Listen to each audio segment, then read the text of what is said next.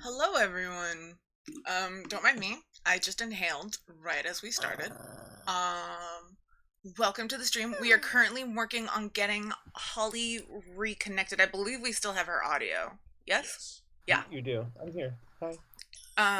So we're working on getting the video back up. In the meantime, hello to Paige Lars and Andrew and Alien Sock Puppet. Welcome. I just want to do a little disclaimer. I am not at 100% today. Immediately after the stream on Saturday, I found out my dad is in the hospital with COVID, and my sister's been exposed multiple times in the last week. So I have not been... Let's just say I've been frazzled. So I might be a little bit off. And I apologize for that in advance, but I'm gonna do my best. Welcome, Jess. Lovely to see you.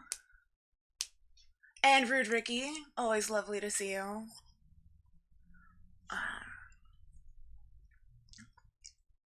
Oh no, Jess.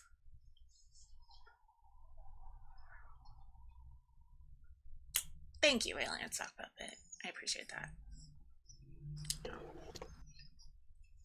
Yeah, I've mentioned multiple times how I'm worried about being the only member in my immediate family who is vaccinated. And... Yep. I love being right. It's great. Feels wonderful. But yeah.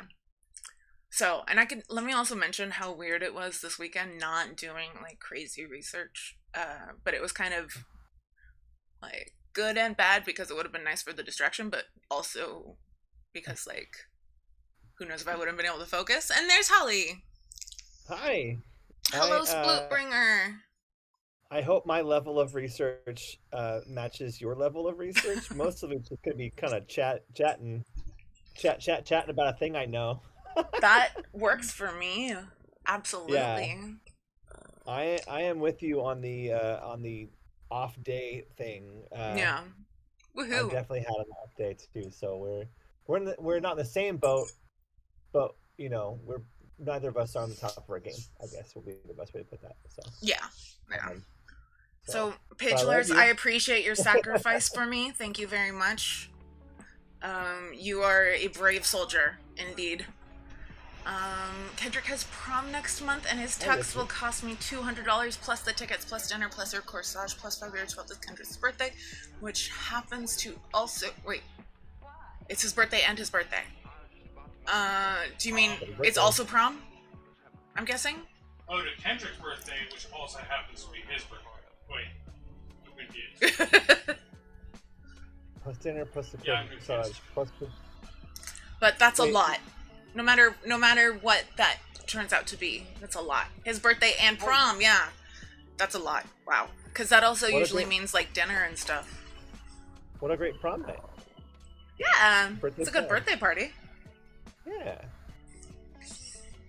Wow. I love that. Hi, Ricky. You said hi to me, and I want to say hi to you, too. Okay. What's up, Sneaks? February prom. It's the new life. It's COVID life. I've never heard of prom being that early.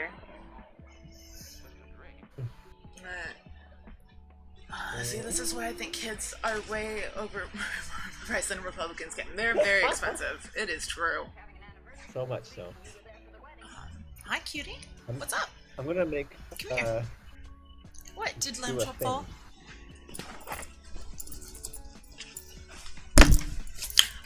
So we've been playing with the Wampa toy, which does not have a squeaker, literally all day. And then, 5 to 10 minutes before we started, she went and grabbed... 30 to 40 seconds. Really. Yeah, she went and grabbed Lamb Chop, which does have a squeaker. And I don't know where she hid Wampa. So, they want to spread out prompts between the schools. That makes sense. Thank you, Holly. I'll do it with you. I couldn't find my hydration station. You gotta remember. Okay. Well, that's cool that like the coin redeeming doesn't show up on the chat in the stream. That's cool. Yeah. Hey. I'm still learning. Twitch is very new for me, by the way. So. I still feel new to it, and I've been at it for, I think, over a year now. I think I just passed a year last month. Oh. Okay. So, I also realized but I that haven't both been of us are streaming delayed. this whole time. You I realize think what? both of us are delayed too, so like it just looks like we're having a normal conversation. Oh, perfect. I think so. I don't know. Anyway. My dogs destroy lamb chop every time I've gotten them one. You know, Smeagol's really good about not destroying toys. It's weird. You'd think that she would be a dog that's totally all about ripping stuff apart, but really she's like, yeah, she chews them, so like, they are like falling apart like that, but. She doesn't destroy, she gnaws.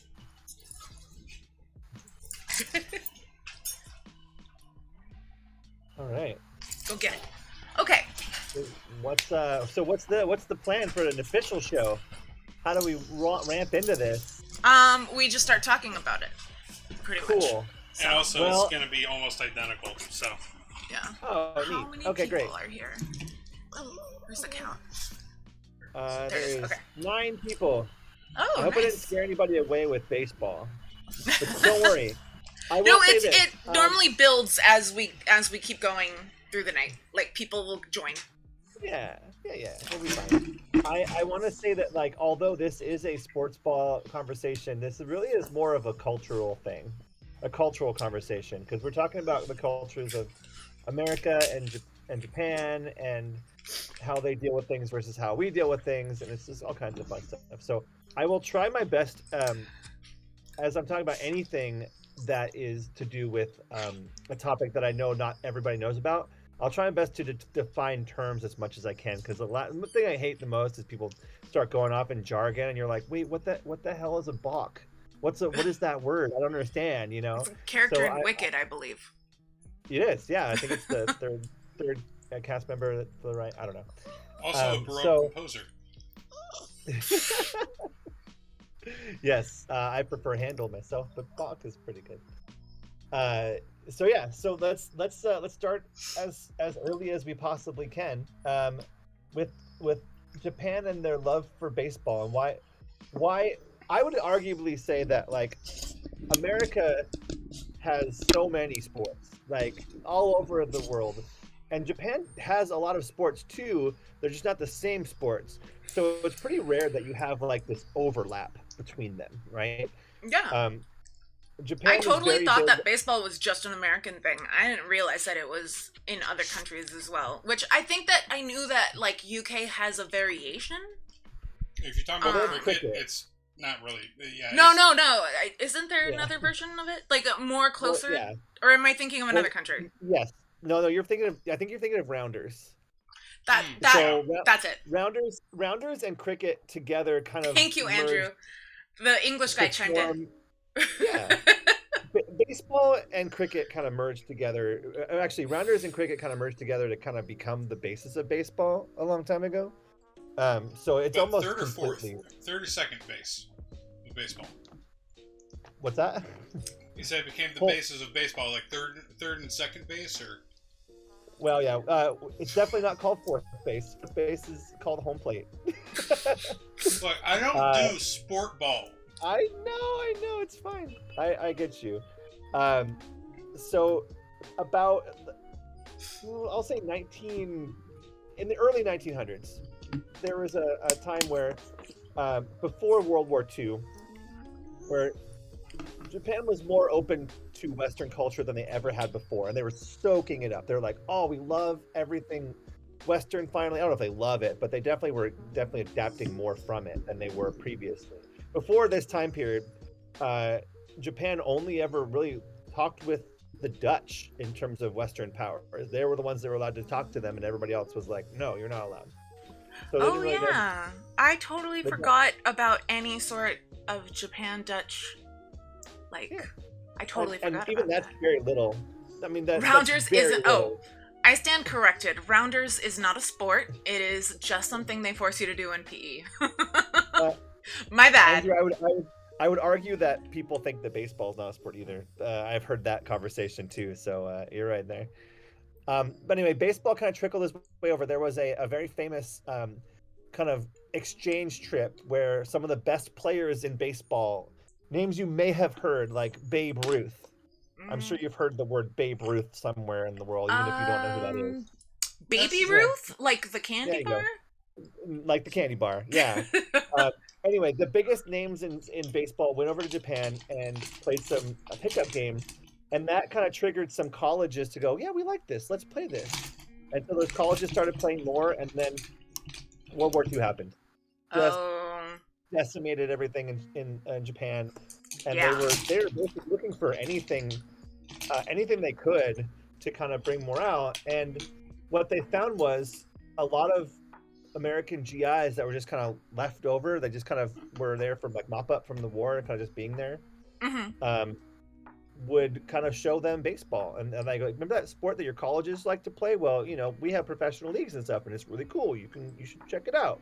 Oh, that's So cool. yeah.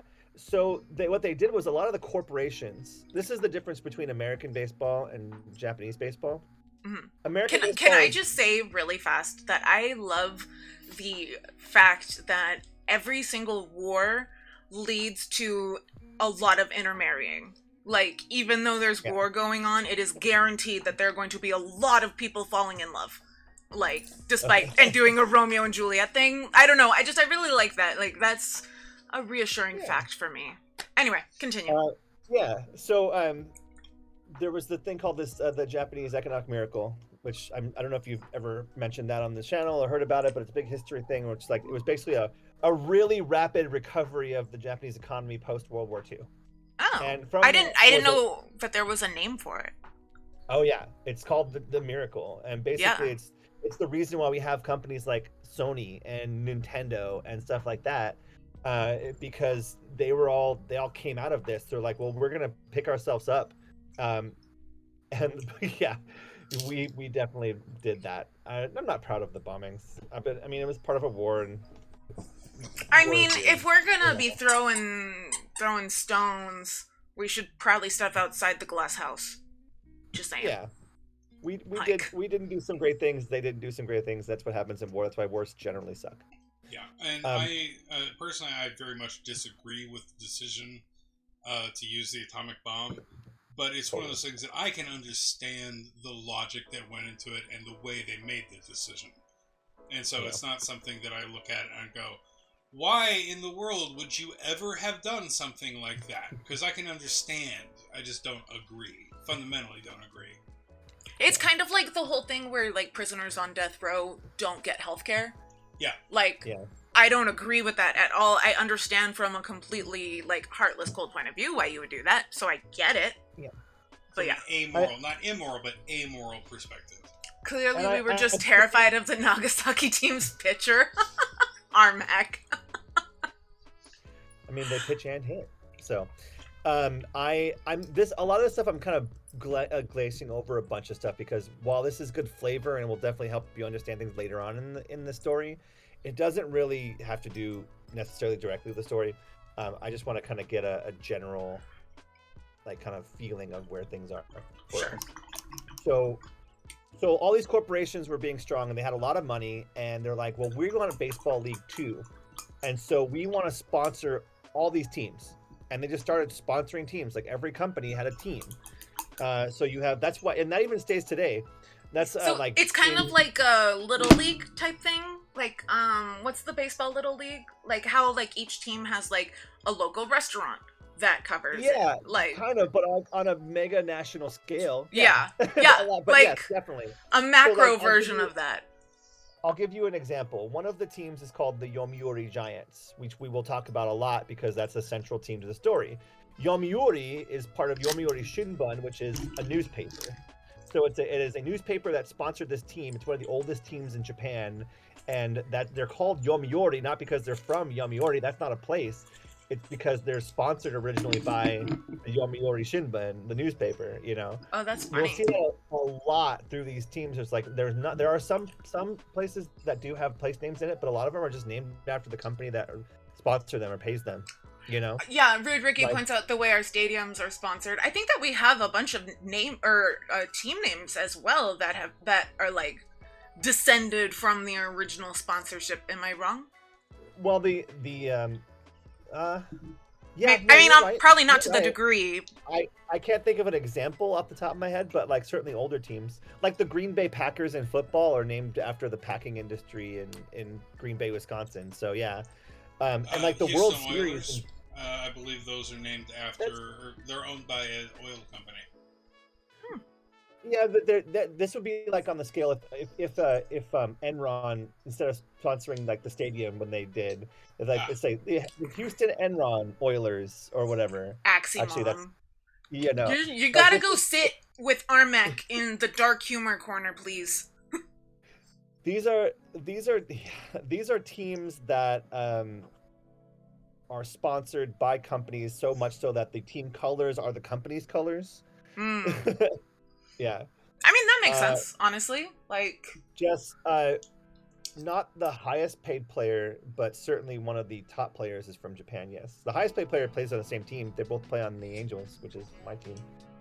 Um, certainly one of the highest paid players in them. But yeah, so yeah, we used to do that a long time ago here, and we used to have teams that were named after like the Hollywood Stars was a minor league team that like came out of like the Hollywood industry.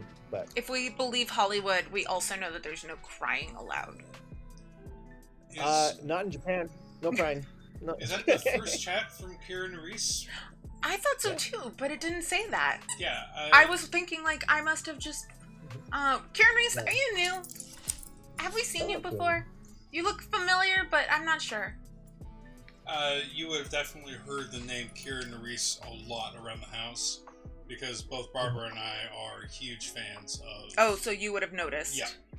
No, Oh, cool. I would have noticed. You did a raid with Harry. Oh, that's right. So it would have Yeah, been so cool. quick that we like would have just glanced over the name. Yeah. Well, welcome again. So yeah, so all these teams have corporate Oh. sponsors. And they all have wacky names. My favorite of which is a team that is sponsored by the company Nippon Ham. They play in Hokkaido, which is the northern island of Japan, and they are the Fighters. But when you put that all together, it looks like their name is the Nippon Ham Fighters, which is They like I fight think is a ham? rad name. Like They fight the ham? company- they sound like they do, but the company that owns them is Nippon Ham, like a ham company from Japan, and their nickname is the Fighters. So they're colloquially called the Ham Fighters. Whenever Americans take a look at the Ham Fighters. Oh, I like Um, that. Yeah. Or there's like the Oryx Buffaloes, and Oryx again not a city name, it is a company name. Oryx is the company, Buffaloes being the team. So anyway, Yomiuri Giants is like the legendary team in the sport. Like they've been around forever. They won the most championships. They are the Yankees. They are the hardcore team, and everybody knows them. People around the world know them. Like, even if you and- don't know the sport, you still know of that team. If you're in Japan, certainly. If you don't know the sport, you probably wouldn't know them in America. But if you do know the sport, you're like, oh yeah, Yomiuri Giants. If someone says, hey, name a team from Japan, and you know a little bit about baseball, you'd be like, oh, the Yomiuri Giants, and that could be the only team that you know. Okay. Makes sense. Yeah. So the big reason that they're one of the biggest teams, aside from them being so old, is the fact that they had a guy on their team who was the best player in the sport, bar none, has stats and records that match American players, and his name is Sadaharu O, and you will need to know that because that is the most important name in this entire story. Sadaharu O. And I'm so sorry for mispronouncing names. I'm learning Japanese, but I'm pretty bad at it, so I'm trying my best. It's So tricky. Sadaharu O is a guy that could do it all. He hit the ball a ton. Oh no. I'm sorry. I just saw in chat. Harry has COVID. That sucks. I'm so sorry to hear that. Please send love from this stream in general, at large, and not in general. This stream at large. There we go. Please. Armac, to answer your question in chat, not from Japanese players, but later on in the story we will get to someone as an American player who definitely is involved in this whole saga. So yes, but no, but yes is the answer to that question. Don't apologize, Karen Reese. We're all good. Yeah.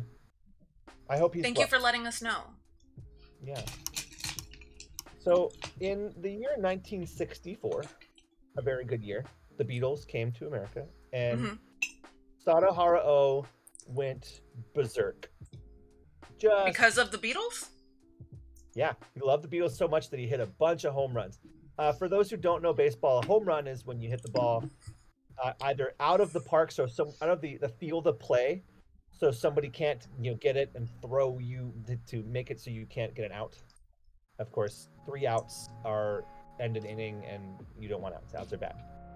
So no, you're fine. I expected an alien just because I was on the chat a couple days ago, so I get this. And I'm also trying to make sure that, like, if I were doing this chat to someone who knew sports, this would be a lot breezier of a topic. But I'm trying to make it interesting for Danny so that she's not like, I know what a home run is. I'm not that hopeless. And I don't know if they're fans or not. I don't. First of all, in Japan, every fan is obnoxious. That's kind of the best part about it. Like, they really encourage all of their fans to go mental at the stadiums. Outside the stadium, though, I don't really think that anybody's really like kind of got that American kind of feel of like, my team is the best team. I don't think that's really something that happens. Really, I have never been there. I will tell you this: when I go there, I will report back and be like, "Oh yeah, I totally met some Giants fans who are douchebags." But as of right now, I've never met one, so I can't say. Could you grab the paper towels, please? But yeah, so 1964, Sadahara O hits 55 home runs, which is unbelievable. Nobody has ever hit that many in Japan. Very few people have hit that many in America at that point. What's average? Like, in an average season now, in the modern times, you'll probably have maybe 35 to 40 home runs for a really good hitter. Most people will hit about 20. Okay. For somebody to get into the 50s, even now with modern technology and pitching, it's actually pretty monumental. And for someone to get into the 55 level, just in that era in America, we only had like 3 people do it, aside from Babe Ruth. Like, Babe Ruth did it, and then there's 2 guys named Mickey Mantle and Roger Maris that were fighting in the 60s that did it a lot because they were trying to break Babe Ruth's record. So I've heard of Mickey Mantle. I don't know who the other person is. You live in New York, so I've heard you probably have seen them float around those names. But yeah. Anywho, so Sadahara O is basically the Babe Ruth of Japanese baseball. Okay. Sorry, say the name again. Sadaharu O. Okay. That's the guy we're talking about. Yeah, both Maris and Mantle were the Yankees. They were playing on the same team as each other, trying to break the same record, which is also a Yankee record. So 55 home runs. He hits it, and no one. They don't. I don't believe they do allow it. Sploot. No. And that's evidenced by the fact that not a lot of people even now hit a lot of home runs. When we get to the later parts of the story coming up, you'll notice that all the people that are challenging the record are not Japanese. They're American. So, or actually not American, but foreign. I would say 2 of them are American. I think it's fine to just blame Americans. Sure. Like, I'm okay with that. So it's a big point of national pride. Everybody in Japan loves that Sadahara O is this great champion of baseball. He's got all these home runs. This record seems like the unbreakable record. No one will ever hit more than 55 home runs. It is the best one. We love it. Sadahara plays into the 80s and then retires. And then he becomes a manager. Okay. He becomes the manager of the Yomiuri Giants, the team that he played for, which is awesome. Logical. Like, I mean, would there still have been like players that he played with though? Because that would be weird. Well, or would they have also been retired by then? I mean, some of them like the lower, like they're like rookies Mm-hmm. in the 80s. Like he retired in how long was there between him playing and him coaching or managing? 4 years. Like he Oh, retired okay. in 1980 and became the manager in 1984. So yeah, he probably did manage some of his players. Okay. Probably some. He Almost probably did manage. unavoidably. Yeah. It would Yeah. be like astonishing if that wasn't the case, actually. I wonder if that would be weird or not. And he actually was the assistant manager in between there too. So he basically graduated from being a player to the very next year becoming like the assistant manager, and then finally became the manager in 1984. Cool. Great. That's cool. So speaking of 1984, a team called the Hanshin Tigers, which is a local team in Tokyo. They are a rival to the Giants.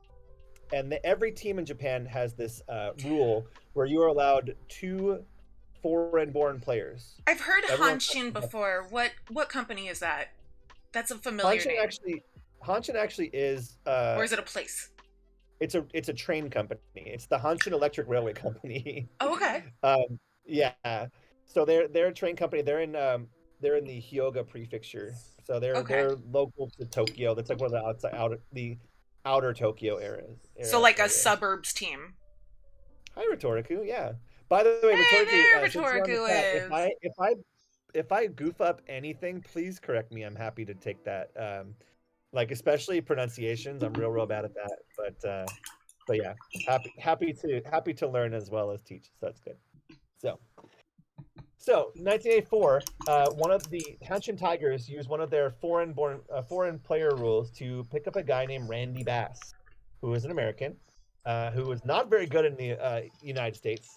But as we see a lot in Japanese baseball, you see these guys that are kind of average to not so great in American baseball, and they get contracts in Japan, and all of a sudden go nuts. They go crazy. So, and I say go crazy in the sports version, like hit a bunch of home runs and do really good as players. Yeah. My favorite. Maybe if people had given them the emotional support that they needed in the beginning, then they would have played better. Just saying. Who knows? Maybe they just need the structure that is the NPB. There's a movie that I like to watch. One of my favorite baseball movies is a movie with Tom Selleck from the 80s called Mr. Baseball. And I'm almost 100% certain that this movie is based on Randy Bass. Like, has to be. Okay. Because the story is very similar. The team he's on, the Hanshin Tigers, really great. They do really well that season. The Yomiuri Giants do great. They do well. They're both at this point in the season, at the end of the year, toward the end of that year. They're both well in the playoffs, and they have to finish out the season, and the last couple of games don't matter. Like they don't, whether you win it or lose it, it doesn't matter because you've already solidified your point in the postseason. So you just kind of do it to sell tickets at this point, right? Okay. Just because, I mean, like, you did mention something that requires a follow-up question. How is Randy Bass's mustache if he's played by Tom Selleck later? I don't know. I have to look up his mustache. Hold on. I'm going to pull up Randy Bass's mustache and see if I can, baseball. Oh, he's a politician now. That doesn't bode well. Oh, Great. dear. I'm hoping he's not that guy. Oh, he played for the Padres. His mustache in 1982, when he played for the Padres, is pretty solid. Okay, like solid Tom stash. Selleck solid? Like he deserves Tom Selleck to play him? You can't have a Tom Selleck stash. That's it fair. just isn't possible. That's I'm fair. gonna drop this picture into Discord. If you can maybe pull it. I don't know if you can even do that. Can you drop pictures? Yeah, totally. Yeah. How do I Ryan's do on this? it. Okay. I want to save, and I want to drop it in. Oh, can I drop it into Discord chat? No. Huh. Oh crap! I can't do it. Hold on. We're taking a pause because I need you to see this mustache. It's glorious. It's glorious. Actually, when he played for Hanshin though, it's kind of average at best. What was his name? Okay, Randy Bass. I put you his Hanshin Tigers baseball card in the chat. It's average. It's not great. but if you want to pull that up on screen, you can. I feel like this was a very important detour in the story, and I'm glad I led us here. Yeah, I'm all for it. I mean, So anyway, like, Randy Bass is a beefy guy, big dude, got the Okay. beard, got the stash. This Okay. the picture I sent is not the best stash that I showed, but it's definitely good. His Padres one is better. Let's see if I can pull that one up. It's not a great baseball card. He didn't do well in the baseball card scene, so it's a solid 80s stash. yeah. I'm But sure people are got googling you. it by now. Where did you send the link exactly? Discord. In the. Okay, got it. Hold on. In the video chat that we're currently on Discord. Gotcha. So, also, by the way, nobody's stash is better than Tom Selleck's stash. Come No. on. Why are you even doing But this? they can be worthy of Tom Selleck playing them in a film. Like, Absolutely. Like, Tom Selleck's stash is the Hollywood version of that stash. Yeah, and then later on, he made the stash not so good. So, By becoming a politician? Well, yeah, that too. I didn't look because I don't want to know what his political affiliation is. That's Because fair. I'm almost certain it's going to be Republican, and I'm going to be feeling sad about it. Yeah. So anywho, 1985 comes along, and at the end of the year, the teams are both locked in the playoffs. They're very, very good. So they're just kind of having things. And the only thing going for these teams right now, the only thing going at all, is the fact that Randy Bass has hit 54 home runs with 3 games to play. Okay. Which means he is in striking distance of tying that record. Of Sadaharu-Oh's 55 home run record. Exactly. He's really, really close to it. Sorry, what was that? You said he's at 53? 55. Well, he's at 54 right now. He's at 54. Okay. Yeah. They're playing the last 3 games of the season against the Yomiuri Giants. And the Yomiuri Giants is, of course, being managed by Sadaharu-Oh, the guy who holds the records. Wow. So what happens is this really weird kind of pseudo, almost comical thing where that every time Randy Bass came up to the plate to bat, they just walked him. They didn't even they threw pitches way outside of the strike zone so that you couldn't hit them for home runs. If you did make contact at all, it would kind of dribble into the infield at best, right? That is extremely lame. Three straight games, Randy Bass did not see any pitch at all that he could hit for a home run, and at the end of the season, he had finished with 54 home runs. How is that allowed? Well, you can definitely not pitch to a person. You don't have to pitch to somebody. It just looks kind of shitty, but everyone thought that it was Sadaharu-Oh who was like, don't pitch this guy. Yeah. But the Sadaharu-Oh, of course, denies it. He's like, no, I just, it was strategic. We didn't want to lose, so we didn't want to give up a home run to lose the game or whatever bullshit. Sure, Jan. But there's another guy, one of the guys that the Giants used their foreign exception on. His name is a pitcher named Keith Comstock, and he reported that somebody in the management office was fining people $1,000 for every strike that the Giants threw to Randy Bass. Every pitch that was possibly hit for a home run was fined $1,000. This came from the management somewhere. So Controversy. No one can really definitively pinpoint the fact that it was Sadaharu that said don't pitch to him. Yeah. But yeah. Intentional walks are things that are used a lot. You don't really see them. See, this is the sports nuance to which I am completely ignorant. Yeah. So I mean, the whole goal of baseball is to not let people go around the bases and step on home plate, right? However means necessary. Whether it's a home run, whether it's running around from base to base, whatever it happens to be. Yeah, so, I mean, like, it's logical that tactics like this exist. It's just not something I'd ever thought about. Yeah, if you've got a guy that is hitting, absolutely bombing the ball whole season, and the guy behind him, barely can hit out of the infield, You Yeah. just let that guy have first base and pitch to the shitty guy behind him, you know? And that's Yeah. essentially what they did, except for the fact that the guy that hit behind him was really good, but he just wasn't chasing a home run record. And Yeah. and since they didn't care about the win or the loss, they're like, yeah, we just won't pitch to the guy that's going to break the record. We'll go ahead and let the other guy hit a home run and beat us, and nobody cares, you know? Remember And that's how, why- like, men are like, oh, women are sensitive babies who are just too emotional about stuff, and we can't let them be in charge of things. Otherwise, Yeah. who knows what'll happen? Yeah, okay. It's a giant chess match, Sploot. Then watching chess is boring, but you know, I happen to love it because I like the strategy and I like to talk, so I just talk between hitters, which is great. So anywho, we're playing. That seems like it would be like a one-off thing, right? Kind of like, okay, cool. No. 2001 comes along. Yeah, I was gonna say, no, once it's proven to work once, it's gonna happen again. Well, yeah. So 2001 comes along, and in comes this guy named Tuffy Rhodes, who plays for the Kinetsu Buffaloes. Kinetsu being, of course, another company, and they play in Osaka. Tuffy is from America. What sort of company? Like, what do they I make? don't know what Kinetsu does. I'm just curious about weird stuff. Well, Like now that team is mustache owned by quality. Oryx.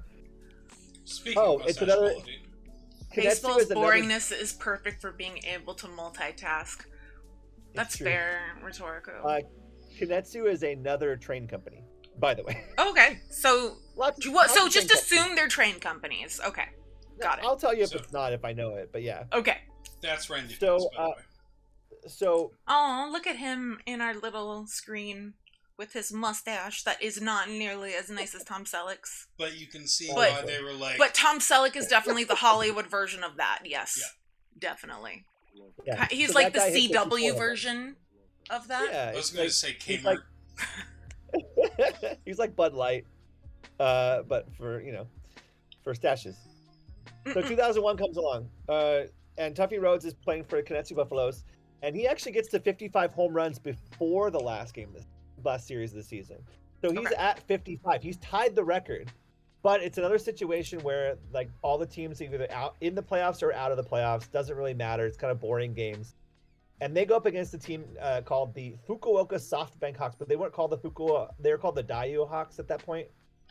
The Dayu Hawks Dayu is a Daye, excuse me. Hawks Daye like is- HAWKS? Like Yeah. the animal? Oh, Daye is a supermarket chain. So this is a team that's owned by a supermarket chain that is owns a team called the Hawks. Yeah, like Hawks. Yeah. Okay. Yeah. Sorry, what was that? You don't have to do it again. Yeah, I'm yeah, the just Daye Cop. Anyway, and so the Hawks a couple of years previously had gone out and hired Sadaharu O to be their manager. Okay, now so we're in same a guy. situation- No, the wait. Same guy, the guy that owns the record. They're tied with the record now, but he's now the manager of the other team, the Hawks. So wait, so this is the original record guy or the guy that they made just walk? No, this is the original record. The original guy, The original okay. record guy is now managing against Tuffy Rhodes and the Buffaloes. Okay. So basically, the same situation happens the last 3 games of the season, and all of a sudden, nobody's pitching to Tuffy Rhodes, and he can't break the record because they're not letting him do it. Oh my gosh. What a bunch of babies. Like, okay, when you set a record, one of the things about setting a record is that someday someone is gonna break it. Like, it's just inevitable. That's what records are. In America, yes. In Japan, it's a little different. They have a big thing for honor. They want to hold the records because it's their glory. It's like, we did this thing, right? I mean, Yeah. like, that's definitely how it is here, too. Just, I don't know. Yeah. I'm sure that shit like that happens here, too, and I'm just not aware of it. Like, I think actually I think rhetorically all of the teams have sponsors in Japan. I don't think there's any teams right now that don't have a sponsor name at this point. I could be wrong, but I'm pretty sure all of them do. So the same basic thing happens. Nobody he's intentionally walked a bunch, and they finished the season with 55 home runs. Now here's the difference between the last one. Sadaharu O likes Tuffy Rhodes. and wanted him to break the record. Like you said, he was like, oh yeah, I love the fact that he's doing it. Huh. But everybody thinks that because of the same situation, it was him managing, he was the one that made the call. But he says fervently, I didn't do this. I want Rhodes to break the record. I like Rhodes. He's a great guy. Yeah. Nobody believes him. Everyone's like, that's bullshit. Nobody believes him. They're like, it's not possible. Kieran Reese brings up a good point. Would it be insulting to have a foreigner beat your record? But I guess not if it's... Well, that's kind of the controversy right now. Like, would that be extra, like, dishonorable? The people that are kind of like thinking it are the people that... So everybody blames Sadahara O for doing it, but a lot of people say that it may have come from above him. Like even the first time it came from above him, and it was the people that like owned the team, which I don't know the guy's name who owns the Yomiuri Giants, but I know that he loves being the owner of the Yomiuri Giants, or at least he did at the time. And I can totally see the perks in being able to see from a business owner standpoint, like invest in my team because we are managed by this record holder. Right, who holds the record for most, and also that there is a little bit like if someone's gonna break this record, we want a Japanese player to break it. There's a lot of that too. Yeah, and like the Randy Bass, Tuffy Rhodes, some of the people are not Japanese. They're from either America or other places. So, you think 2 times is enough for this to happen? I feel like it's gonna be as long as that dude is alive. Well, Sadahara is still alive. Very much still alive. He just retired in the 80s, so he's still with us. And he's still managing, I believe. But the very next year, wow, 2002, O is still managing the Hawks, and there is gotta go for 3. Another team, and I can't remember what team he played for. I want to say it was the Baystars. Sorry, I need you to say that again. The thing fell out of my ear. Oh. I'm trying to remember what team he played for. Oh, Butts. Sorry. It was the Cebu Lions. He played for this. So this guy named Alex Cabrera, who is Venezuelan, who came from the Diamondbacks of all places in America to play in Japan, gets signed by the Cebu Lions, and he starts going off. Now this is where I kind of come back to the whole steroids thing. Because a lot of people think that Cabrera was on steroids. Page liars. I don't think it's that. I think that Americans don't live as long. Like, I don't think it's that they live long. I think it's that we live short. I think that that Japanese and Chinese people tend to live longer. And I think that that's just because of lifestyle in general.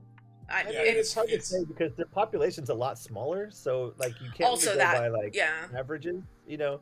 It may not be true to say that Japanese people live longer, but because they have less people, the averages are skewed differently. I don't know.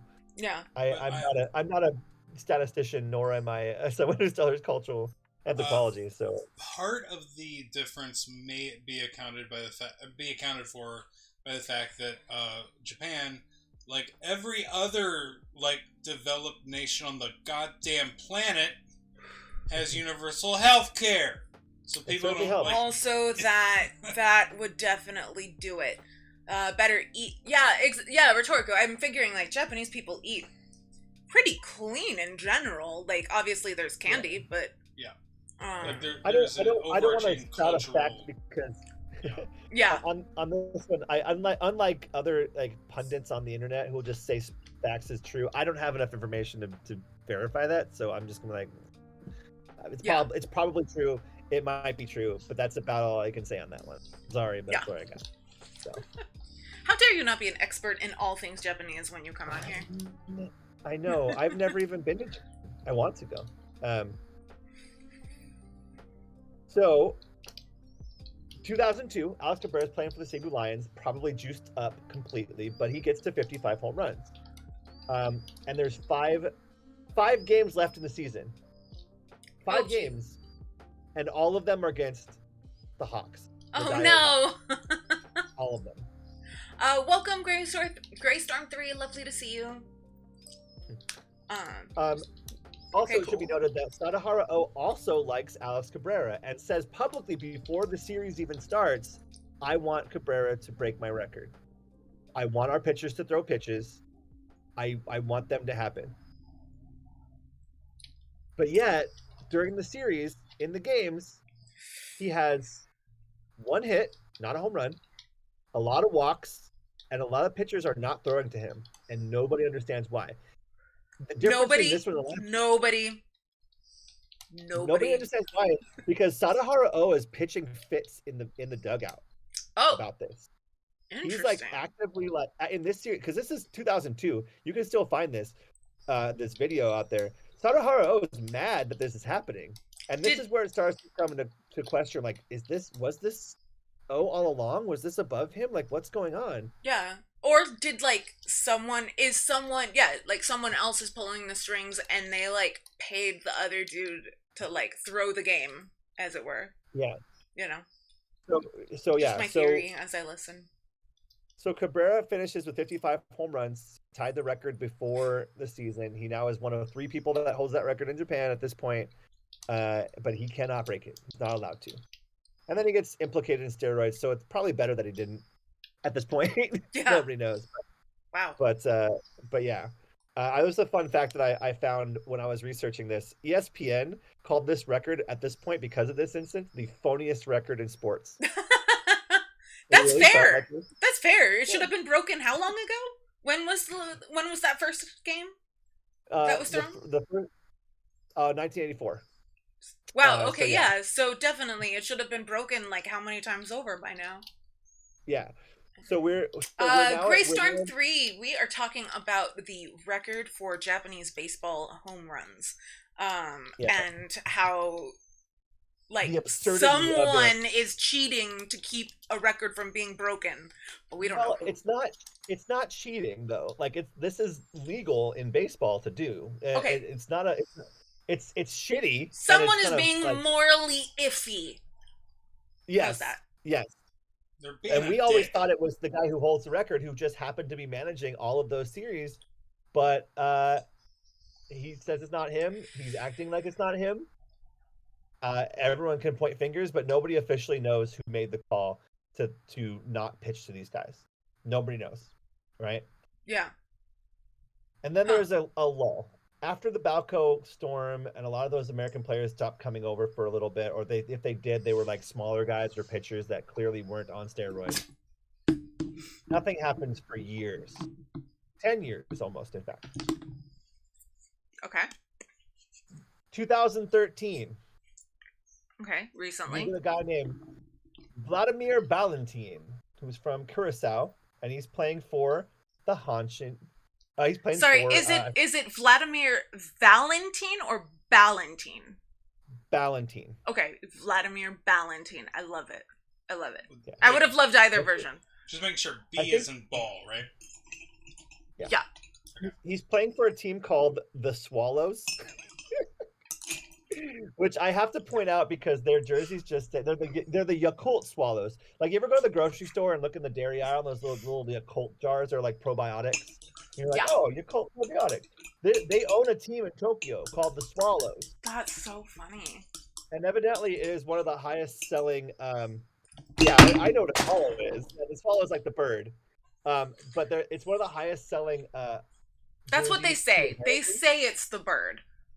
We know the truth. Well, that's the funny part about this is it sells really well to America, and the rumor is a lot of people have bought it as a joke to let their girlfriend wear, or boyfriend, or non-binary friend that just happens to enjoy going down on other people, and so that's why it's a hot seller. But it is meant to be about the bird, like the swallows and Capistrano and stuff like that. But anyway, Yakult Swallows, Vladimir Ballantyne with the B is playing for them. They're playing against the Hanshin Tigers, right?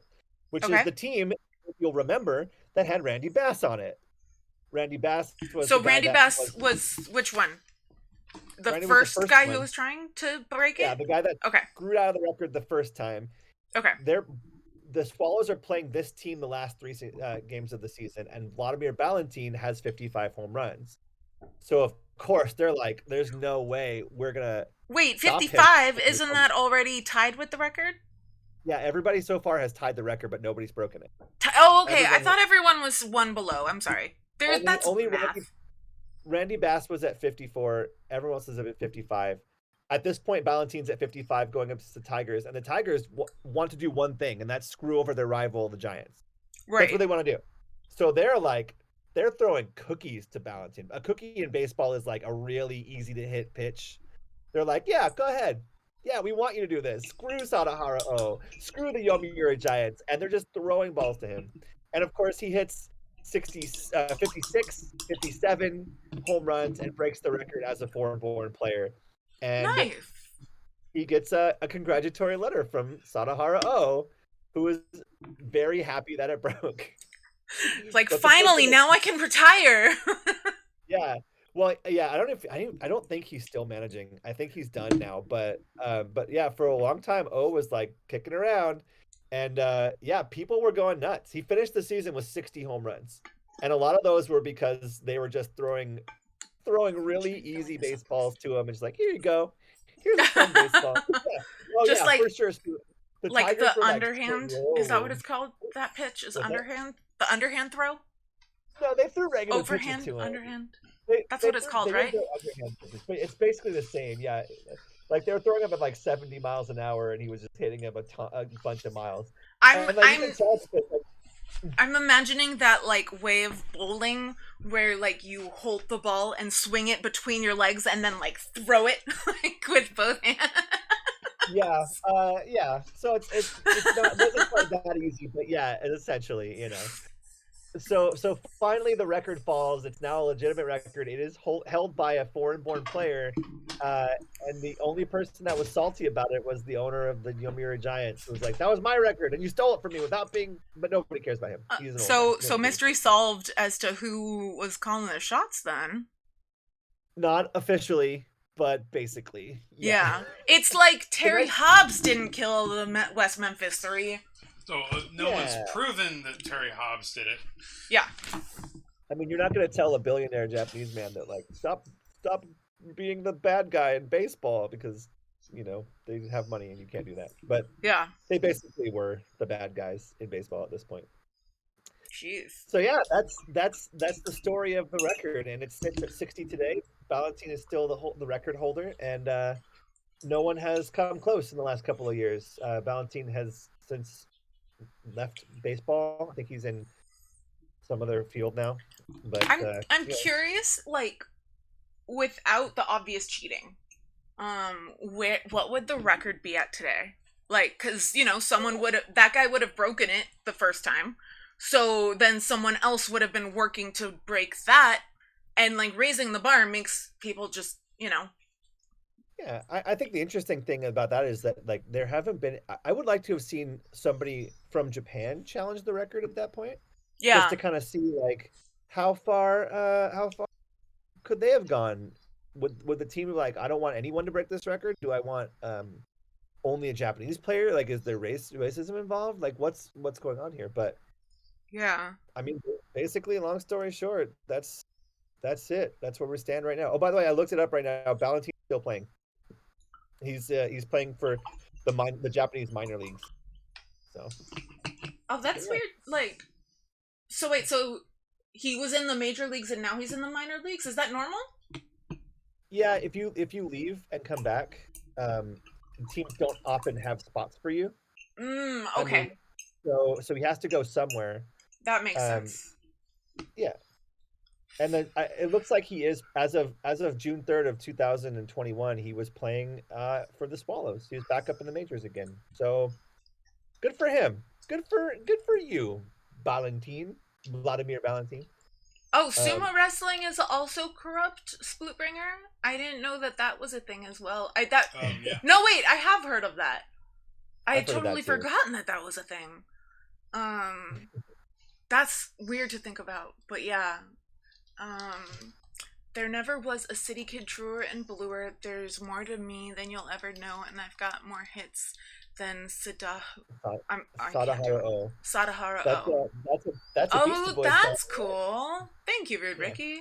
There never was a but truer and bluer. There's but to me than you'll ever know, and I've got more hits than Sadaharu Butt. Beastie Boys, hey la butt. I Like sumo, I we should started. assume that the mafia has a large influence in baseball. Oh, that would make sense. Yeah, Oh, the Yakuza. okay. Yeah. Yakuza. So it could have been the Yakuza that was like, don't do this. You know, who knows? We never know. Yeah. But the Yakuza is the reason why I can't go in. Well, not the reason I can't go in onsens, but one of the reasons I can't go in onsens in Japan. Um, aside from the obvious, reason, uh, Uh, the fact I have tattoos prevents me from going into onsen.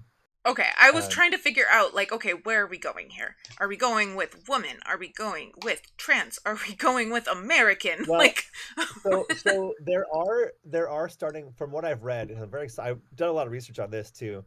Not enough for a whole story, but there are a lot of onsen, which are the bathhouses, that are now LGBTQ or mixed gendered, or they're big enough to have anybody go in the pools if they want. okay. Um, but they are very gendered. So like if you go to like a standard or an older one, they'll be like, here's the men's one, here's the women's one, and if you're trans, you're like, yeah, yeah. Yeah. See, I mine, remember mine's right there. That's not gonna cover by a towel, sadly.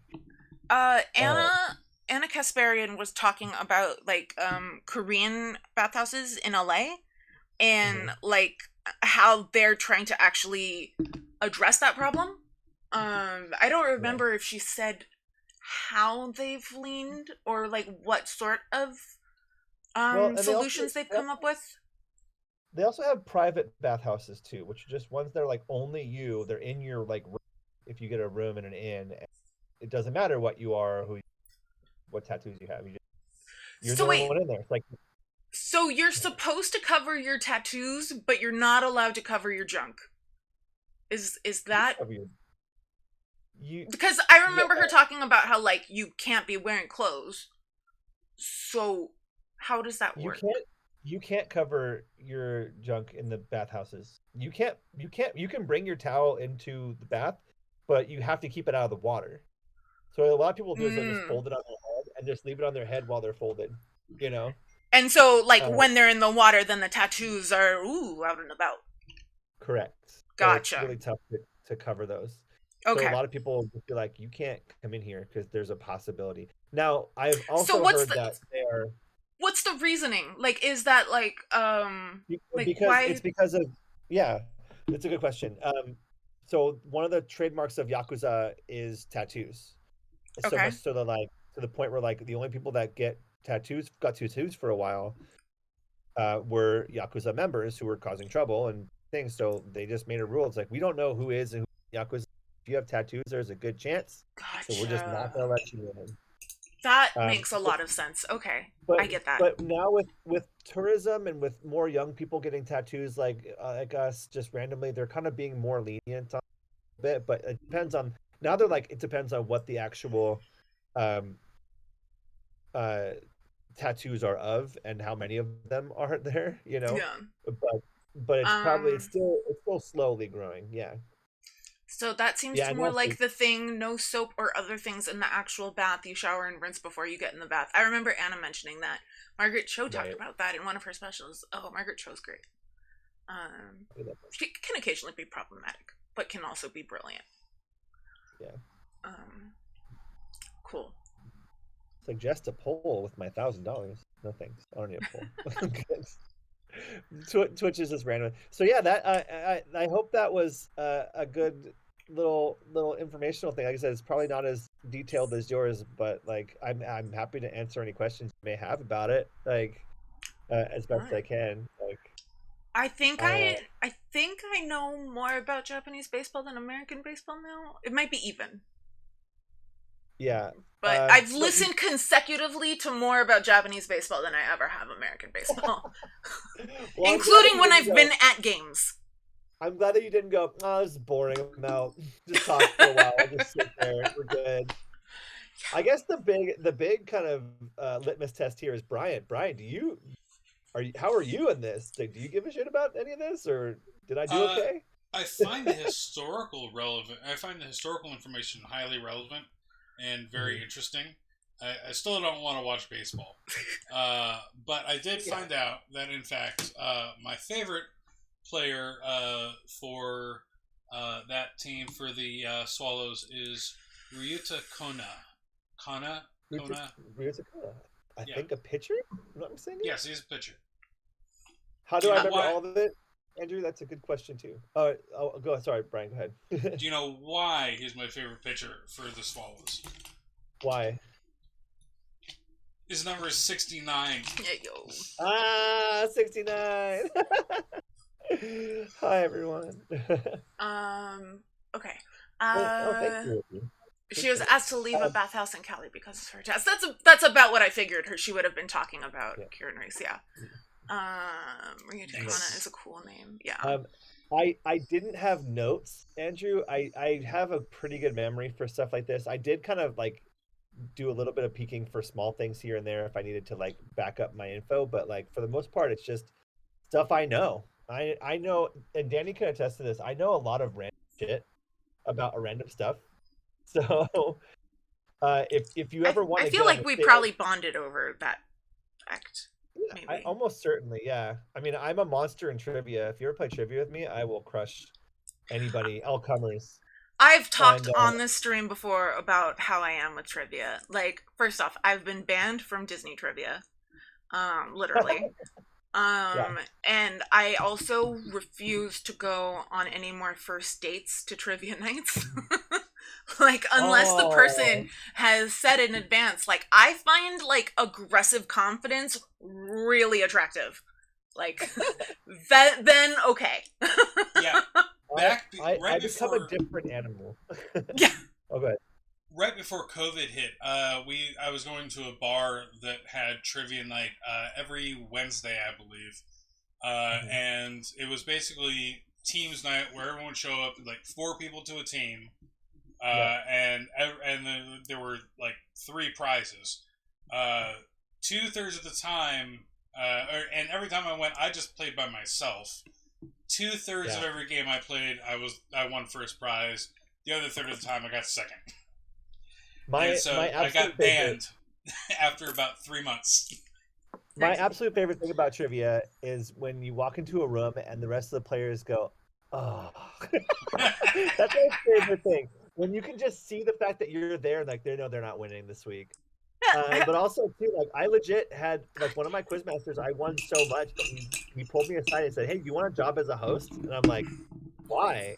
And he's like, "Because you're good at talking, and frankly, everyone's tired of you winning." Yeah. So that's actually why I hosted for 4 years. I hosted trivia for a long time because people got tired of you. Yeah, I hosted a trivia night for 6 months at a bar, and yeah, it was the job that got me through college. To be honest.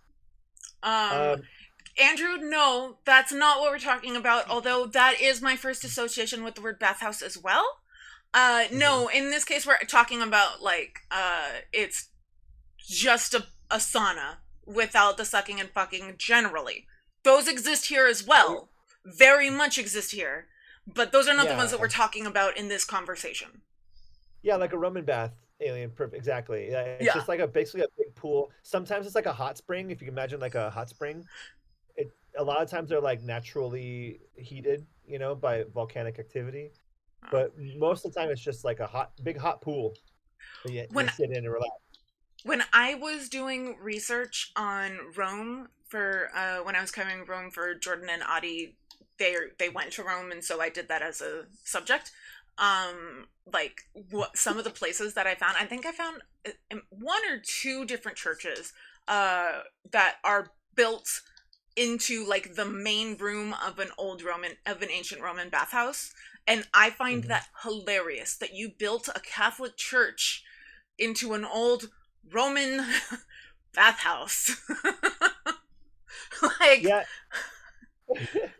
Andrew, I'm shy about it too, but honestly, I think for the experience, I would go ahead and do it. I just would be weirded out by people looking at me being naked for like a hot second, but then I would stop caring. I think that's just my general thing is like, I don't want to be naked. I don't want to be naked See, well.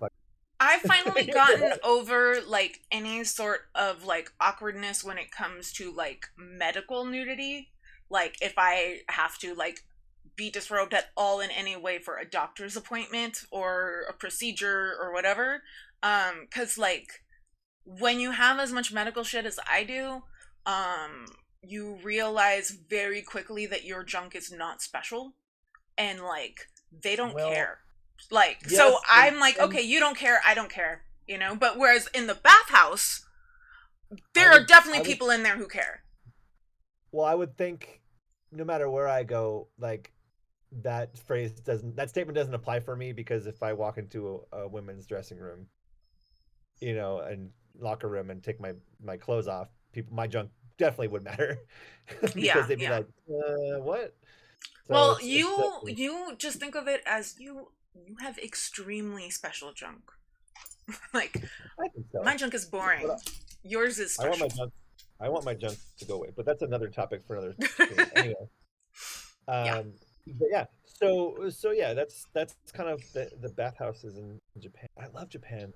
I really wish that like we're gonna talk about anime on Thursday a little bit, and it's taking all of me not to just talk about Sailor Moon the entire time, but like I definitely want.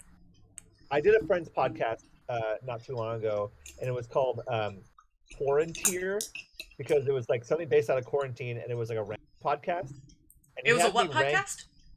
A ranking podcast. Oh, a ranking. Okay, it's the TIE. Okay. Yeah, and so he actually like had me go through and rank all of the characters on Sailor Moon. Okay. And how easy was that for you? Very. I feel like very. Oh, very. Okay. I mean, it was. Oh yeah, absolutely. I have definite opinions on my Sailor Senshi. Thank you very much. Kieran Reese, thank you so much for joining us again. I hope we can see you on Thursday, either if he's still sick, I hope not. But if he isn't, I hope after his stream, maybe. We'll see. Yeah. So, but thank you for joining us again. Putting up with sports ball for a night. Or as it's called, Yakyuu, which I now know thanks to Rhetoriku. Thank you. Now I'm gonna look really cool when I go over there finally in December and be like, "What up? I am here to see a Yakyuu game," and they're like, "We don't have Yakyuu in December." But thanks anyway. But we are so impressed that you know when it is. Evidently, you like the YUU probably means ball. If I had to guess, if I had to. Speaking of junk, maybe I just remember on my first date with my person being accosted with a guy in a gay bar dressed as a pirate with a fake parrot, trying to literally taking us by the hands and trying to drag us to the sauna down the road. Jeez, Andrew, that is an exciting first date. At least, was there a second date? Well, that his boyfriend wasn't the one that dragged him. No, I know. Okay. Yeah. Just want to make sure. I'm following that. I just I'm curious if that was something that like leads to trauma bonding, or just like let's never speak of this or to each other again. I'm going to guess that there was at least a second date, because you don't describe your first date with your first boyfriend as your first boyfriend. Oh, that's right. I forgot about that part. Yep, boyfriend. So if Yakyuu is field ball, then what is Haikyuu, which is volleyball? It's a poem. Is that court ball? Or did you not at least hear I figured out joke? that you didn't hear me, which is probably good. Hi, Dirty Garden Dragon, with all those emotes. We love those. Hey, Dirty Garden Dragon. Lovely to see you. Do you have like special emotes for the chat? Yeah, there's a Smeagol emote and a me emote. And I think, and then I have my friend who drew the logo is working on more. In theory. So he says. I did it. I think so there are more coming, in theory. No specific timeline given, which is fine. Well, I think you need a posture check.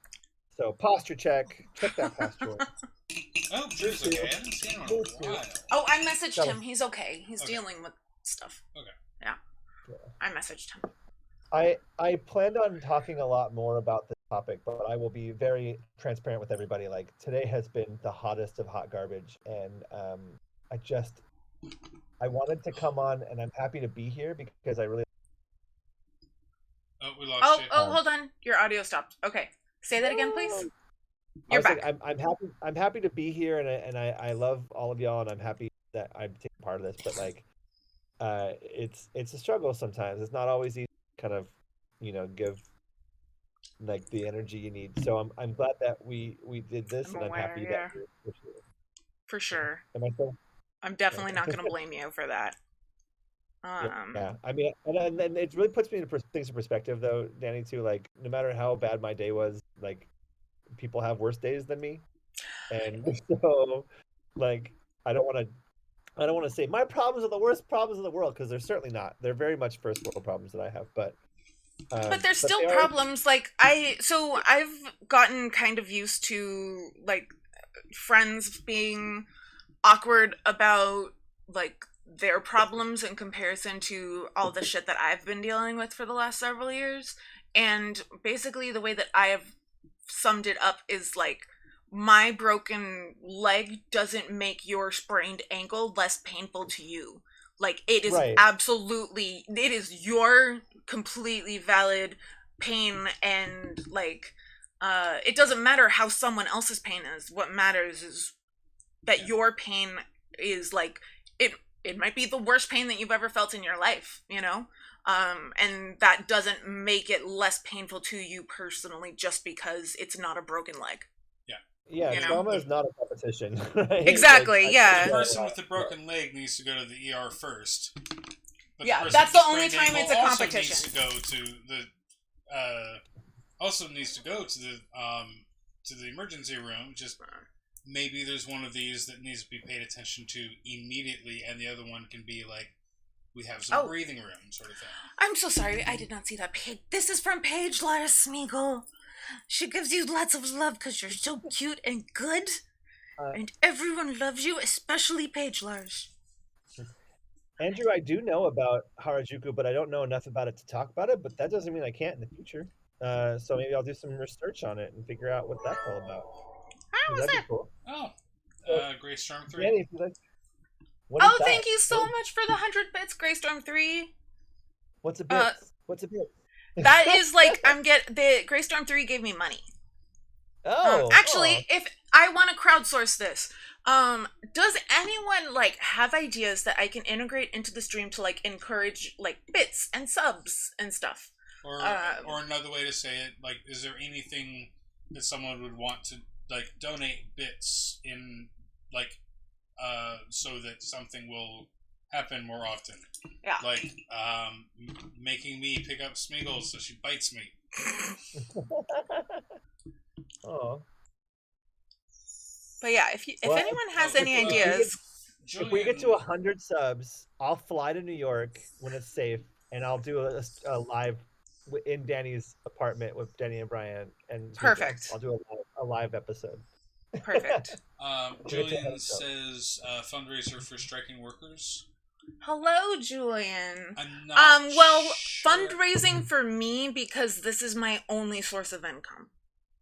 Like, I adore striking workers and I want them to have resources, but I need to fundraise for them after I have money to survive. Is the thing. But I love the idea. Have a bits and pieces night. Merch has been mentioned in the past. Maybe I'll upload something to Redbubble or something. Is that what bits and pieces means? Bits and pieces means junk. Okay. But also, hi Julian.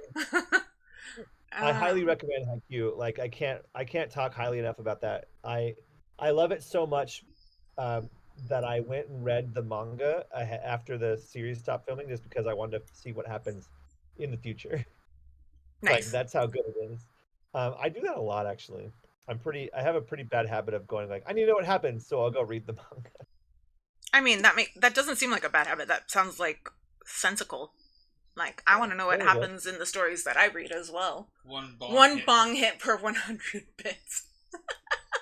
Oh, 300 Venmo for a personal Funko. That's rad. So, that's actually something that we discussed, is having payments given in, oh my goodness. Hello, Eximon. Thank you for the 1,000 bits. I appreciate that very much. And good night, Kendrick. It's like reading the books after you see the movie. Totally normal. Yeah, totally. It's really like seeing a movie and then reading all of the books in the series after the movie takes place, so you know what's going to happen in the next movie. That's where we're at. We got that bit. Down a little again. There's almost a hype train. We're almost to a hype train. That is... Aximom has some hot bits. Hey, what is a hype train? Hype train is like, basically, it's enough people give enough subs or bits that it leads to a hype train where it's like, everyone give them because it's so exciting, and then it leads to levels, and then... Like this. And yeah. So basically now there's a hype train where... or it's still close. That should have been enough. I don't know. But but yeah, that's what that is. But like, it's not something that you can like oh, there it is. Yay, hype train. Oh, thank you for renewing, Alien Sock Puppet. Yeah, and you get emotes if you are part of a hype train, like special emotes that you only get if you're part of hype trains. That's cool. They're not channel specific; they're just general. Yeah. Yeah. So we're on a level 2 one. So what hype train emotes do we get? I'm not totally sure how they decide what they are. Does anyone know? I have tried to figure out. I can't find the pattern. Did I say thank you, Greystorm 3 out loud? Just making sure.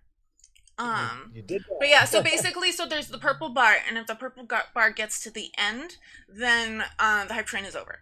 So we got... we finished level 1. No. If the purple bar gets to the end before it's over, then it goes to the next level. Oh, I see. Oh, thank you, Rude Ricky. For the 300 bits, you get a sub. You get a sub. Perfect. Oh, and the little Smeagol that pops up. I forgot about the little Smeagol that pops up. Oh, yeah. That's super fun. I love this. Yeah. So it's just kind of like a pump people up type thing.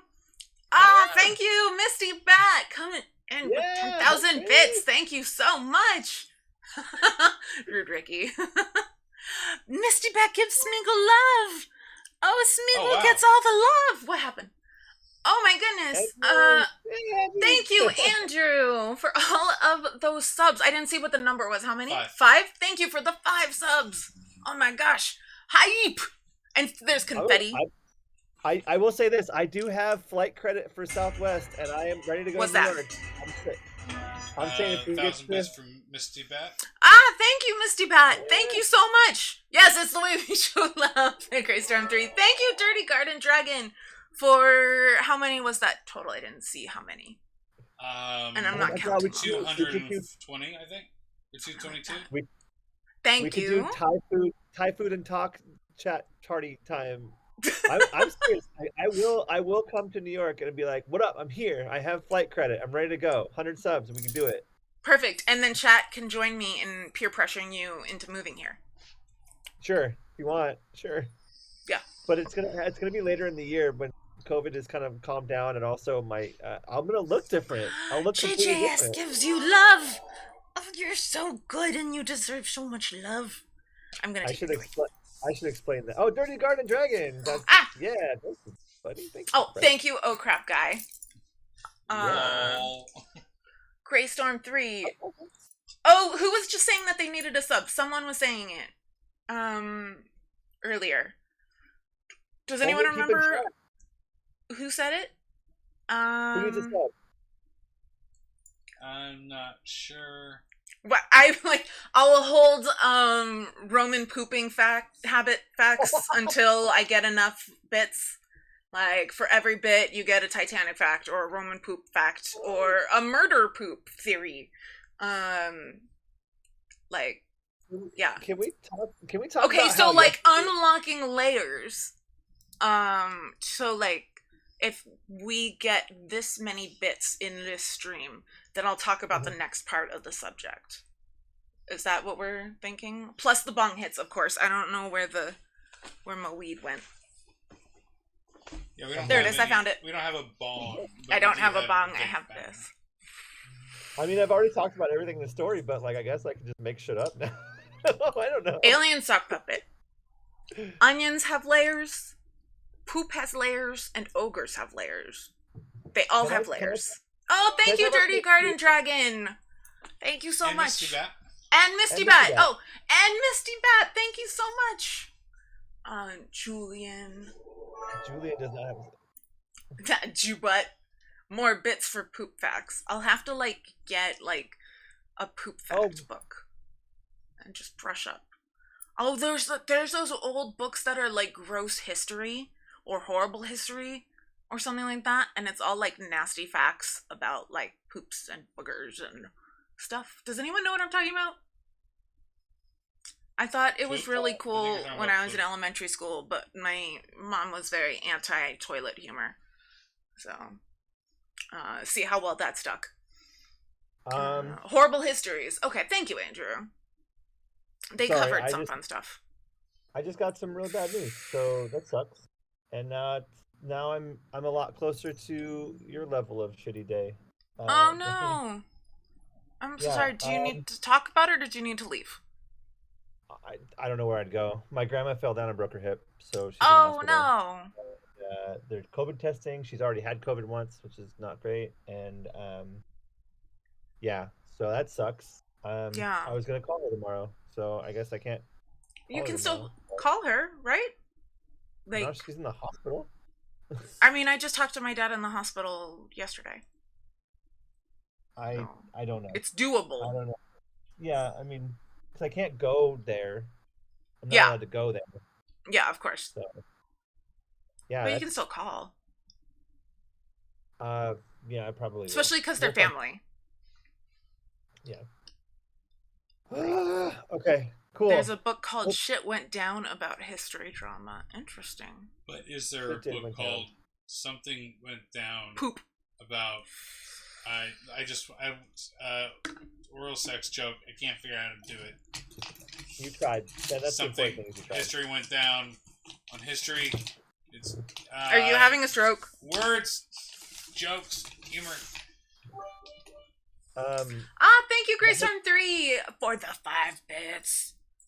Well, the hype train is gonna end. That was cool. It happens, yeah. No, oh my gosh, I managed how many levels? 3 levels. That is amazing. That's amazing. Good job.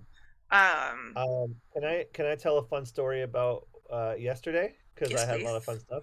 Absolutely. So you succeeded, Greystorm 3. Thank you so much. So this is actually kind of sort of related because I went to Little Tokyo yesterday. I miss Little Tokyo. I love Little Tokyo, and I discovered a whole nother part that I didn't know existed, and I'm very bad that I didn't know.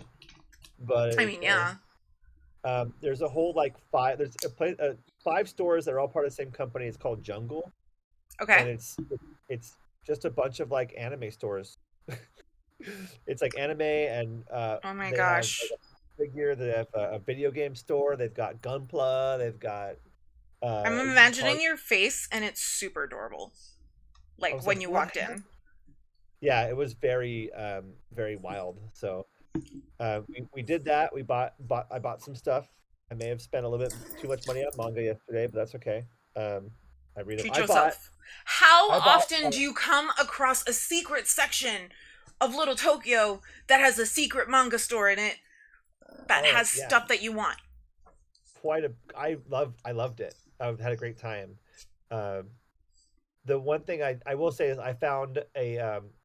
Have you seen the movie Your Name? No.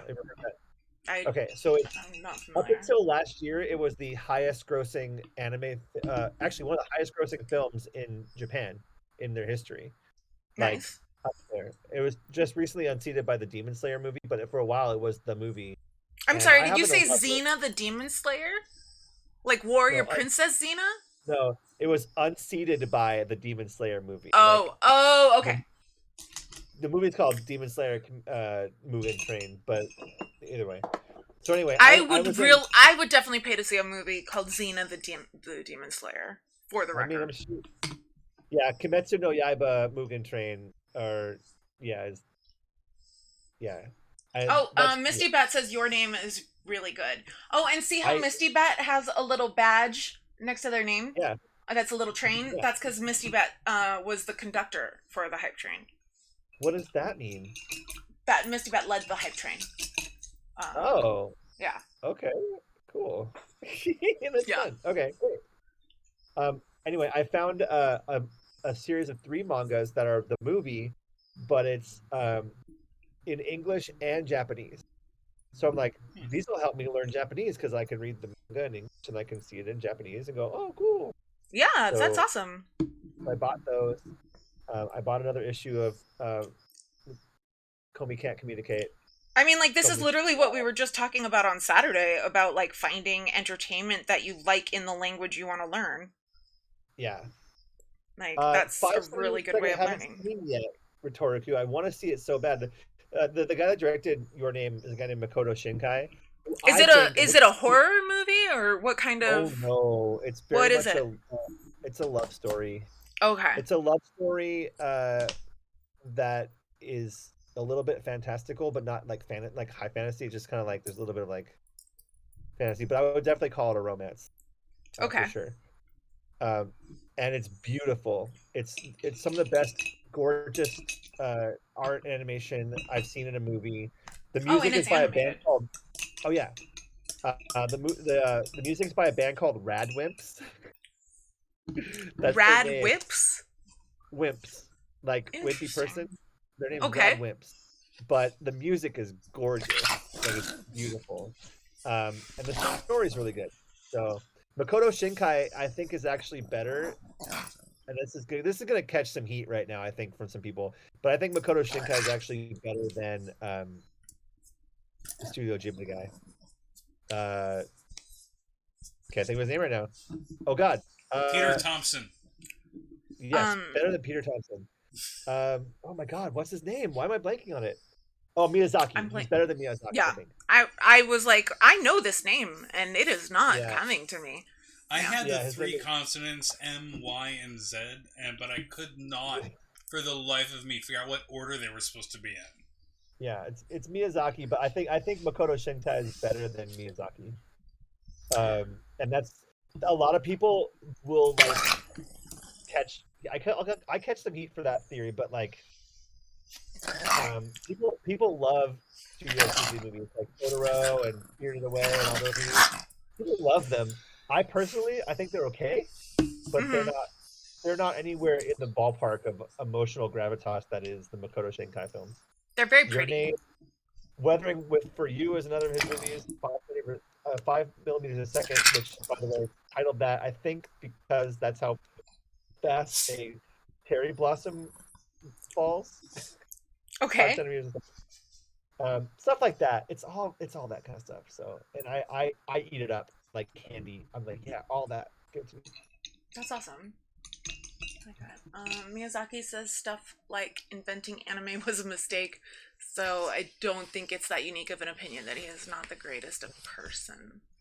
Yeah, I don't get the hype of So Miyazaki. Like, I love that we. Oh, Greystorm 3. This is my friend Holly. hi. And she is here for the week. And guest teaching, I guess, would be the best way of saying it. What would you call it? Guest Guest host. host leading? I would say guest speaker. Yeah, there we go. Speaker. So yeah, it's a little Yeah, variation from just listening to me and my voice all the time. So. we did And have Brian's a- voice. My heckling. Yeah. we did have a little bit long of a chat of Japanese baseball, but Mhm. we finished with that. But yeah, Yeah, I'm not on not Twitch not streaming yet. yet. I don't have the technology to do Twitch streaming really. Yeah, You do. I'm working. People off a stream MacBook from their Pro. smartphones. No, I mean like Really? literally if you're just doing video and not like doing video games or anything like that, streaming for Twitch and just doing a Discord chat are equally difficult for the computer. So if you can do a Discord chat, you can do streaming. Oh, okay. If you can Well, catch a that's- wrench, you can catch a ball. Dodge. Well, I'll tell you what. If we get to 100 subs, I will changed it. go to New York. I will do a live show with Danny and Brian and Smeagol, and I will let them help me start my own Twitch stream and start it from their apartment. Perfect. That's what'll happen. And What all was we the gotta do is goal get that we have to meet? 100 100 subs. subs. 100 subs. Okay. Perfect. So you gotta let me know if it gets there, because it's probably not gonna happen tonight unless we have like some miracle subs happen. But I think like if Hassan raids and a bunch of them subscribe, that's about Okay. the only way that's gonna happen. I'm just saying, I have the flight credit to come to New York. I can jump on a plane as soon as it's safe and as soon as I'm healed from my surgery, right? Oh, by the way, for those who don't know, if you don't know what this flag means, it means I'm a proud transgender woman, and also my voice probably gave that away a little bit too. But I'm having facial surgery in next month, and so I will have a new face when next you see me, probably not this week, but I mean after that. So hopefully you recognize me. One of my really good friends just had top surgery like a couple days ago, and so I'm just really happy that my friends are getting what they've been waiting for a long time. And then like another friend had another surgery just a little while ago. Like it's just very heartwarming. Oh, thank you, Paige Lars, for the 50 bits. Thank you so much. Yeah. It's awesome, like witnessing, and I'm very glad I get to. I got all the paperwork today for all of the stuff I have to do for surgery, and I'm like scared. Thank you, Grace Storm. Yeah, it's really not about beauty. I don't think I'm ugly by any sense of the means, or I want to be able to fit in better for my safety and also for my own dysphoria, just to clear that out, you know. But I appreciate the kind words. Thank you.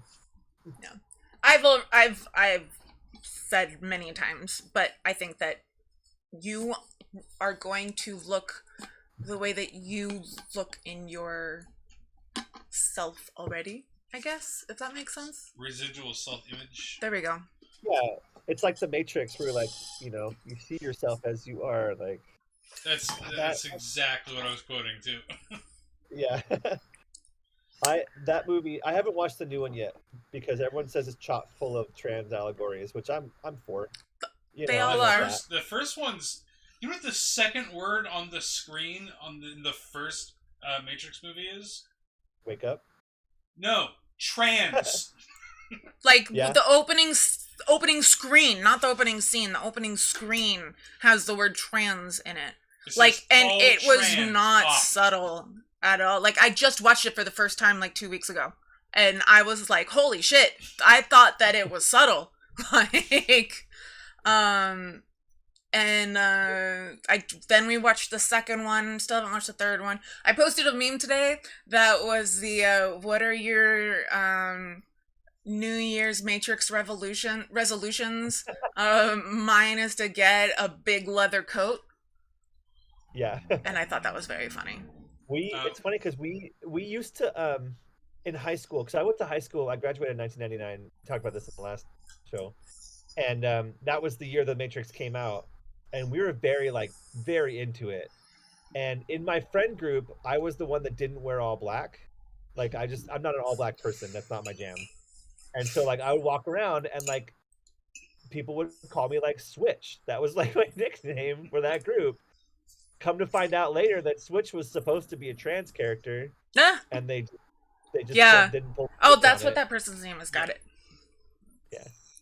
I actually pointed out that character because of that historical thing about like the original plan for the character, and that they basically decided maybe this is going to take away from the allegorical side a little bit too much. But they were really subtle with the character name. Oh, just painfully subtle.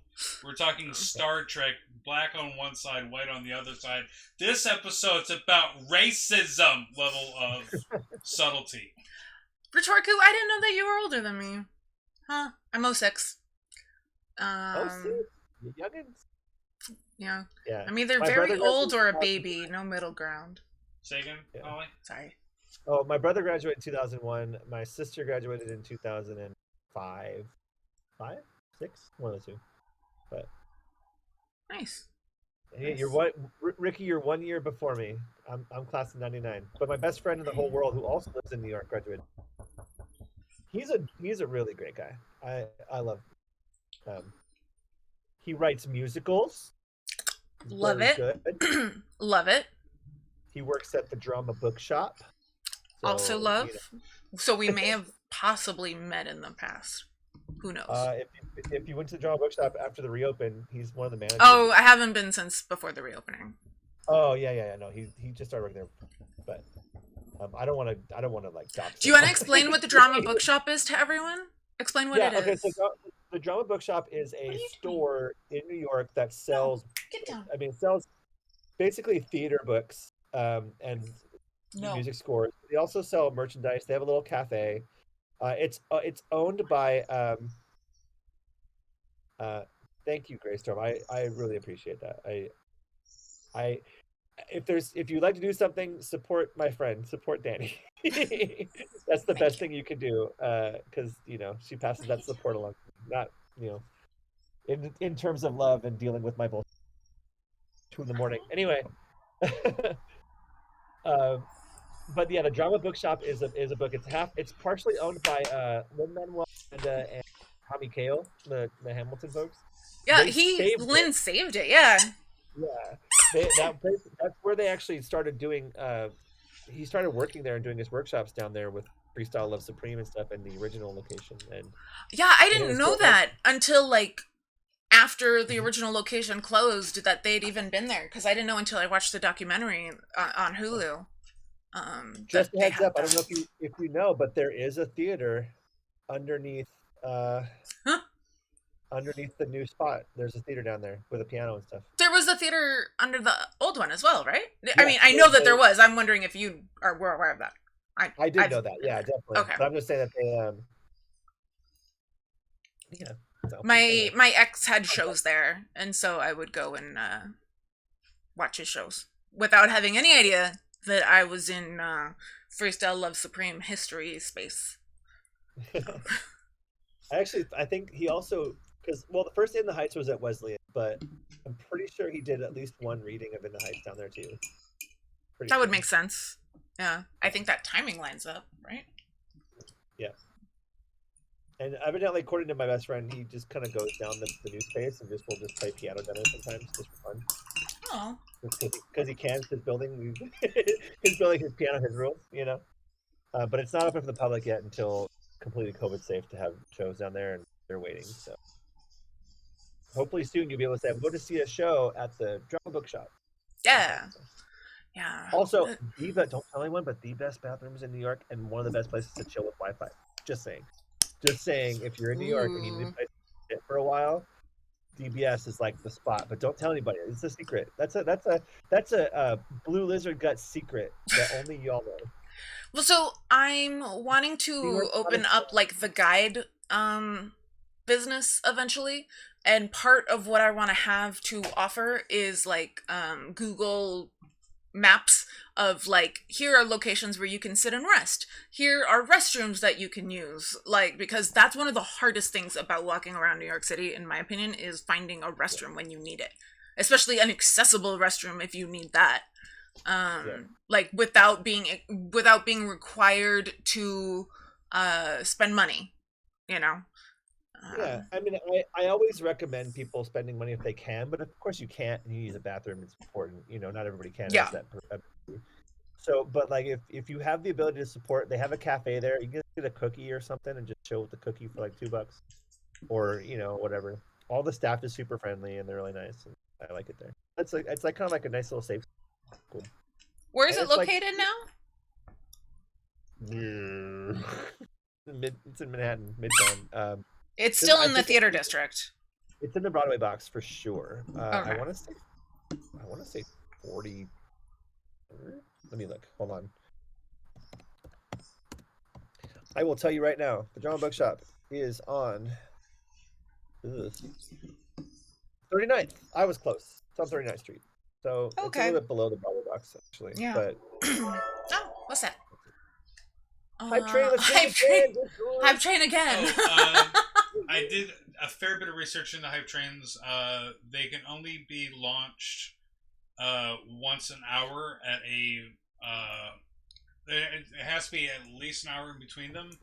The person who That makes runs sense. the channel can increase that minimum time to multiples of an hour. So, like, if Hassan only wants there to be a hype train every 3 hours, he can configure that to the minimum time between hype trains is 3 hours.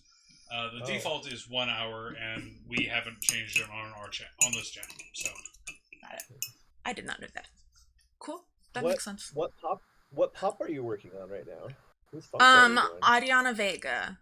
So I just finished Jank from TYT right there. So he got finished earlier in the stream. Nice. And then here's Anna Kasparian. She's gonna be writing a dragon that I still need to work on. You can see the dragon head right there. Oh, okay. And then this is another streamer named Adiana Vega. Mm-hmm. Where do you get your okay, I want to ask a question about this. eBay. Where do you get the props? eBay? Okay. And how do you choose which prop matches for which person?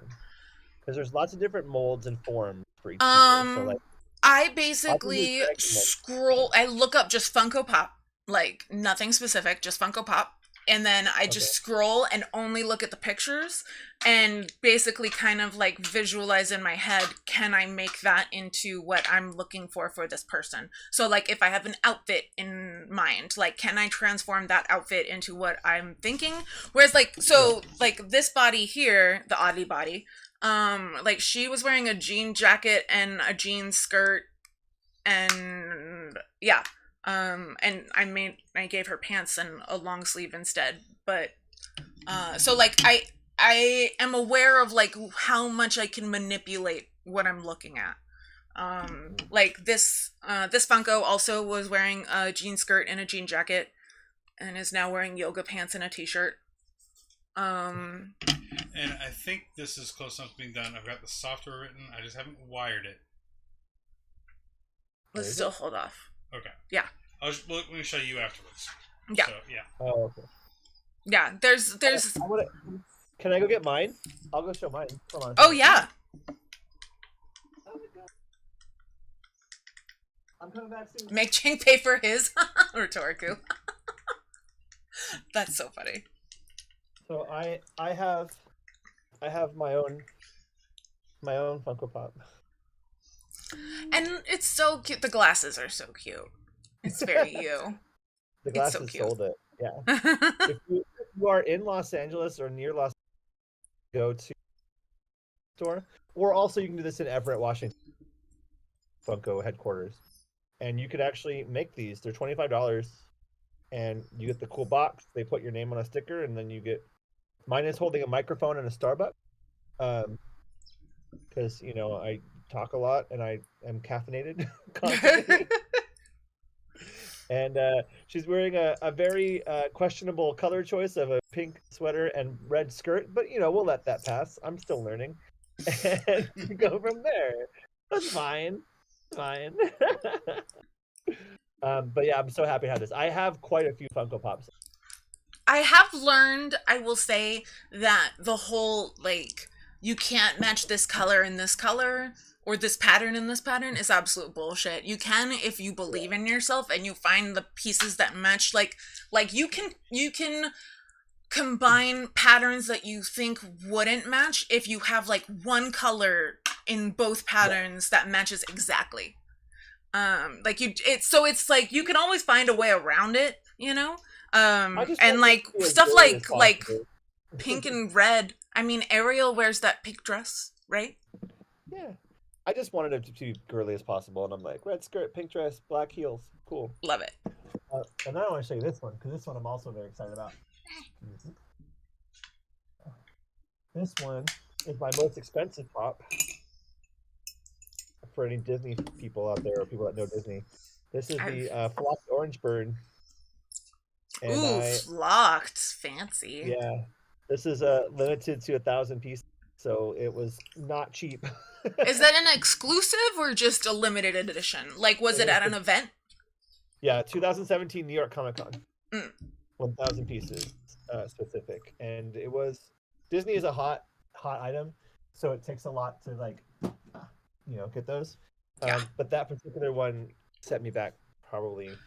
Oh, 2 TYT. Anyone here who's a TYT watcher person? I finally found a Funko for JR, and I ordered it earlier today. So that'll be arriving, and I'm really excited about it. It has taken a long time to find that Funko. What Funko is it? Nick Fury, holding the cat in Captain Marvel. So he still has both eyes, and he's holding the cat. And I'm gonna turn the cat into JR's dog, named Sprocket. They have ones with dogs. There, that's JR in the chat. That Dirty Garden Dragon just used the emoji for. So I'm pretty excited to start messing around with that Funko. Paige, I know that I actually got this I did it as a mecha trip. I know it's not supporting Danny. Then again, like I'm not a TYT person.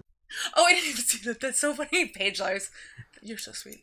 What about showing just this part as a tease? There's a Bernie Sanders pop? I didn't know that. That's cool. It's so expensive if you find it on eBay. I would own it otherwise. Okay, there's another component to Adi's Funko. If you figure out what it is, shish. Okay. That's all you're going to see of it right now. It's only $50. It's not too bad. Oh, out of box. Yeah. If you want the box, it's like $100, but $50 for out of box. Yeah, there's another one where he's like Hannibal Lecter, and that one makes me uncomfortable. Hannibal Lecter. Really? Yeah, like it's like Crazy Bernie is what the Funko was titled, and I don't think that's real. I think that's no, like I found it on eBay, like it's real. Oh wow. Yeah, I don't know. I've found it on eBay multiple times, so I assume it's real at least. Funko Pop the Vote is what that's called. And I come across it in the wild because I have a couple of pop stores that are nearby me that do sell things, and sometimes they don't know what they have. Sometimes, not always. Yeah. I'll pick it up for you and get it, send it out. Oh. Or bring it out if you get 100 subs. Yeah. I found out that there's a GameStop near here, which was a surprise. Oh yeah. But like it's in like the like poorer part of like Crown Heights Bed-Stuy area. Like and there's a GameStop there. And like that was just a big surprise, like amidst like the army recruitment and like the different like doctor, it was just like it really stood out that there was this like brand new shiny GameStop when GameStop is supposed to be mostly out of business, and this is such an unlikely neighborhood. Not to say that like those neighborhoods don't deserve GameStops, that is not at all what I'm saying. They should have them. It's just unexpected that they do have them because like greed. Yeah, exactly. There's one on Looks Grand like Avenue. a debit card or what earrings come in. Nope. There's a bunch in Manhattan. There's GameStops in New York City. I'm just talking about the specific neighborhood, the specific intersection that it was at was not where you would expect to see a GameStop at all. Gotcha. Well, none of us deserve to be exploited by GameStop. I don't expect to see a GameStop anywhere because they're so terribly run, and they basically became a meme stock and saved their company, but they're really bad at running companies. Yeah, I have a friend who's a manager at one in California. Poor man. To the moon! That's right, Dirty Garden. Yeah, GameStop and AMC, both of them to the moon. That's such a niche time in 2021 that just happened. Yeah. So random. There were some really good, like sub-memes that came off of that meme. Like... And the fact that they screwed over a bunch of hedge funds, like, you know what? I'm on the troll side here. Yeah, me too. God damn it! And it is a rare thing for me to be on the side of the trolls. Um, okay, so I have a Beanie Baby here just chilling, right? Because it's a cute little dog one. And I was like, I'm gonna look this up and see how much it is. And the first thing I see is $8,000, and I'm like, there's no way. I'm Jeez. selling this thing right away. It's just Um, you can't okay. even buy a new game from GameStop pay full price for an unopened item. Yeah. Elon Musk should go to space and never come back right now. Yeah. Being a store manager of a GameStop. Yeah, yeah. I've heard some fun So, stories from him.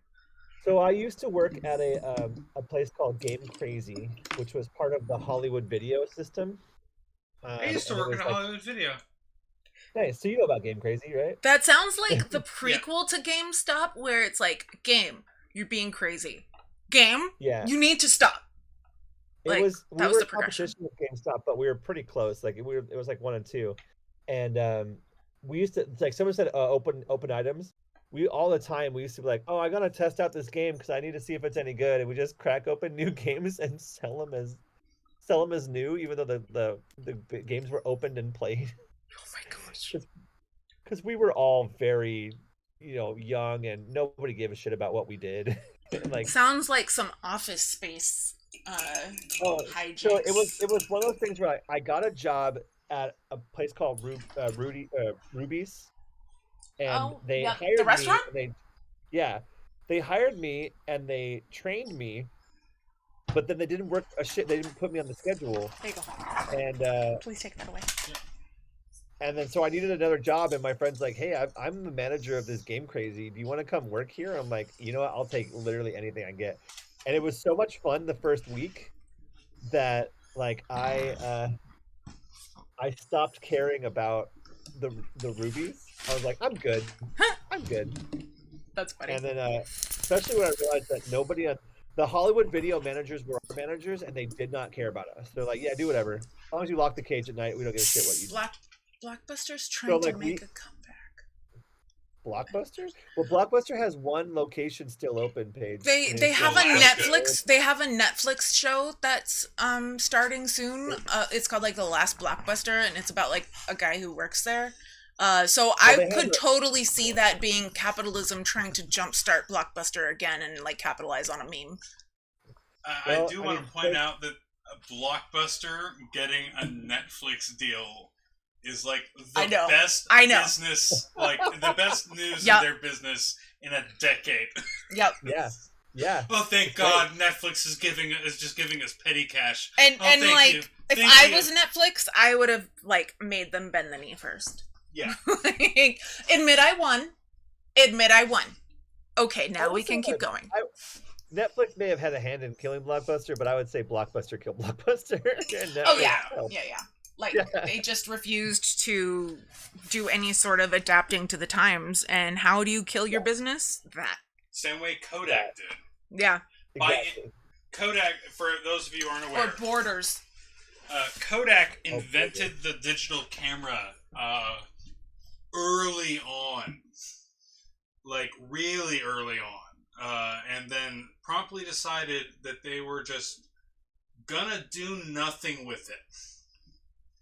You know, like a smart business decision. Because they were like, no one's ever gonna care, so why would we ever bother? We're just not gonna. And then, Surprise. yeah, Kodak barely exists, if they even still I exist. don't think that they do anymore. I know that they lost like all of their like the Kodak Theater where the Oscars are is now the Dolby Digital Theater. Disneyland has nothing Kodak in it anymore, and it used to be covered in Kodak stuff. The most Yeah. bonkers thing I know about Kodak is they Remember have when Netflix almost lost? I don't. Sorry. Okay, say what you're saying, and then I want to know about how Netflix almost lost. Please, yeah. Holly. So Kodak has and I have to figure this out. They have their own, well, they had their own week. They had their own like calendar. Oh, They had 8 days in their week, that's and I have to weird. look this up. But yeah, like Kodak. You mean like for calendar, like employees? yeah, like internally, like Huh. there was an That's like some Vatican City bullshit. or an extra day or something, or I have to look it up. I have to look this up because I saw it like a long time ago. But yeah, Kodak internally for a while had their own week and their own schedules, and I'm almost certain 100% that it was designed to like screw over their employees because it's probably something they would do. But Sure. Some sort of overtime loophole. yeah, something like that. My friends, I have to go. Okay. Things are getting not so great with Yeah, the go and grandma. check in with your grandma. So my I phone hope is it goes blowing up right okay. now. Yeah, but I will see everybody on Thursday for some exciting anime talk, and thank you so much for having me on again, you guys. I really appreciate it. Thank you for joining. And thank you for Arigato teaching me gozaimasu. about a sport. Yeah, I'm glad you liked it. Yeah, yeah. I knew I would. I had no question about that. Yeah, It was just yeah, a matter of how. yeah. Like, I was like, No, okay, no more Holly rules. is saying that I will, so I will. I Yeah, just don't understand how it's going to work, but I trust that it will. but you did it. We got through it. We did. And remember, it's 100 subs. I'm coming to New York. That's Perfect. we'll do it. All right, bye y'all. Let me know how things are, please. I will. I All definitely right. will. We'll talk later.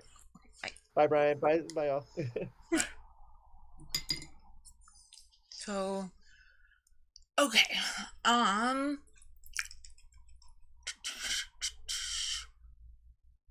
so options are ending earlier than normal, or talking about something. What? Something. Okay. Okay. I vote something. All right. Well, the producer has spoken. I would like to know how Netflix almost won. Almost Because learning about how I love underdogs very much. Like that is who I will always vote for. That's who I will always go for. That's who my favorite will always be. Like Ringo is my favorite Beatle.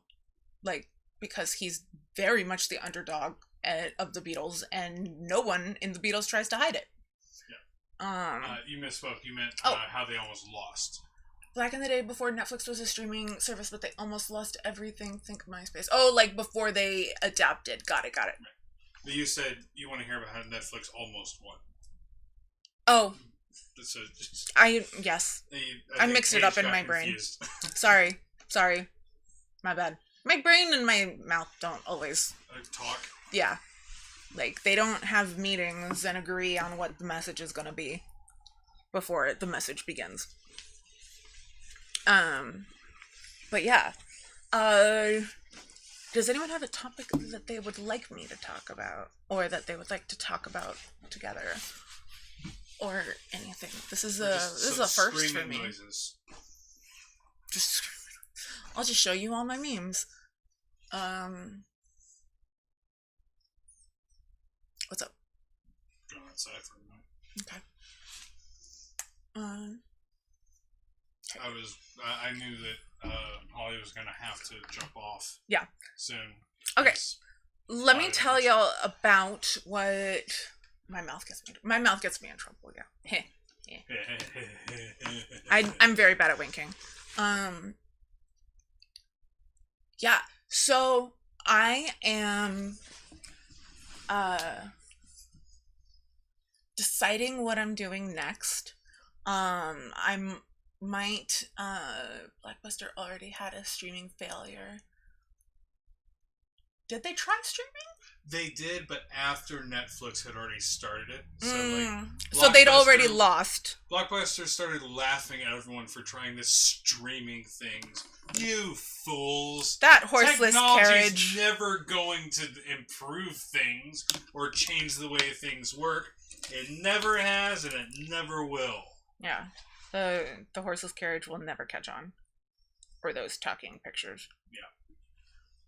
I don't know why the history is littered with corporations that look at a new innovation and go, nah, things are gonna keep working the same way they always have. That doesn't sound familiar like today at all. I don't know what you're talking about.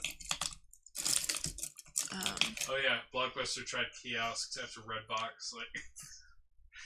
Like, Aw. Redbox still exists. That's the hilarious thing, is physical movie rentals still exist. Yeah. And Blockbuster managed to screw up that. It was their thing. My sister wanted to send me a Redbox gift card, and I was like, I literally don't know where a single Redbox is near me. Like, apparently there's a couple in the city, but not any near me. Kind of like how Peeps treat Elon. I'm not saying he's the greatest thing. Elon doesn't know what the hell. Elon's an idiot. He has nothing to do with anything that's accomplished. Yeah, he is just really good at finding excellent inventions that other people have invented and buying them from them and slapping them with NDAs. That's what Elon is really good at. So technically, I guess he's smart in like business sense alone, not in inventing sense. Oh my god, I can take this out. Yeah. Or he, like, someone has a really good idea. He's like, cool, I'm going to pay you a small amount to work on that. Yeah. That's not gonna work. Elon is absolutely the new Thomas Edison. Yeah, because that's what Damn Thomas straight. Edison did too. Yeah, absolutely agreed. I don't know if you meant it that way. I'm pretty sure you did, Alien Sock Puppet, because I know you-ish. You know, we know each other by this point. But yeah. Thomas Edison is on the shitters list for a reason. Yeah, perfect. No, he just has the money. Anyone with the money could do exactly what he does. He was born rich. Yeah, Cool. that's it. What a skill. Also, allegedly, just in case Elon finds out that I said all this. Yeah. Oh, okay. You can't even operate ballistic glass. Exactly. Everyone meant it that way. Cool. Cause I'm like, no. Y'all are smart. You know. Okay, I wasn't sure if you didn't mean it, or if you meant it something else. Yeah, money. The same thing as, like, a lot of other people have. Like, he is not special. His money is special. He's nothing. Yeah. But he's still bringing it to the table. Yeah. Yeah, just he didn't invent it. Like, it's like if your grandma is working for days in the kitchen over the turkey for Christmas, and then on the way to the kitchen, your uncle is like, oh, I got this, grandma, and brings it in and is like, everyone look at the turkey that I made. That's Elon. Oh, and he gave grandma like a favor and said, don't mention this to anyone. Yeah. Or more accurately, he gave her the money to go buy the turkey. Yeah. And he pays the electric bill, but he doesn't make the turkey. Did you guys see the video of the Tesla seeing ghosts in the graveyards? Like, it senses ghosts as people or something? Like, it's sensing people in graveyards where there are no people. So the theory is that it's ghosts. Alleged villains of the Blue Lizard gut stream: Terry Hobbs, Elon Musk, and Italian Sherlock. Yeah. Yeah, none of them can go on the shitters list, though, because the shitters list is for people who have, like, good reputations that they don't deserve. All of those people have, like, shitty reputations already, and they deserve them. If I was rich, I would be broke because I would be buying TYT merch because I'm in a mental health episode, and shopping sprees are the biggest issue during it. I understand that. I figured you'd seen it, Rude Ricky, but not everyone here is in... Was that Happy Hour, I think? Yeah. How's he actually rich? Is Tesla just an American? He was born rich. Like, he was born into money. His family is rich. In terms of the company Tesla, it is not... It's pretty common over here. Like, it's not rare, but it's not, like, everywhere. If I go stand outside on the street for about 30 minutes, I'll probably see one or two. Yeah. Oh, I see. Yeah, I see them around. I know some people who have them. Those people tend to be douchebags. Not all of them, but most of them. Yeah, just giving you on the boots on the ground perspective.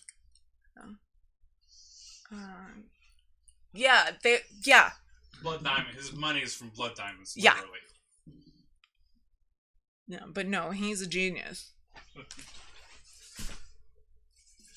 I also get fired up whenever anyone talks about how smart Thomas Edison was, for the record. I can't fucking get these eyelashes. I don't know why, but for whatever reason... Yes. Pinko the Bear. Hi! Hey, Pinko the Bear! Welcome. Lovely to see you. Producer Brian was about to head outside for a cigarette, but now Pinko the Bear's in the chat, and so he is staying. Which, I'll just bring this back over here, because dog. Dog is back. Dog is back. And I'll just take off my hat and put this right here. You're such a nerd. Yeah, I am. You said emeralds, and I thought Minecraft. I could do an episode on inventors. I mean, I'd have to do like a theme week of inventors. Communist doggy. It's communist.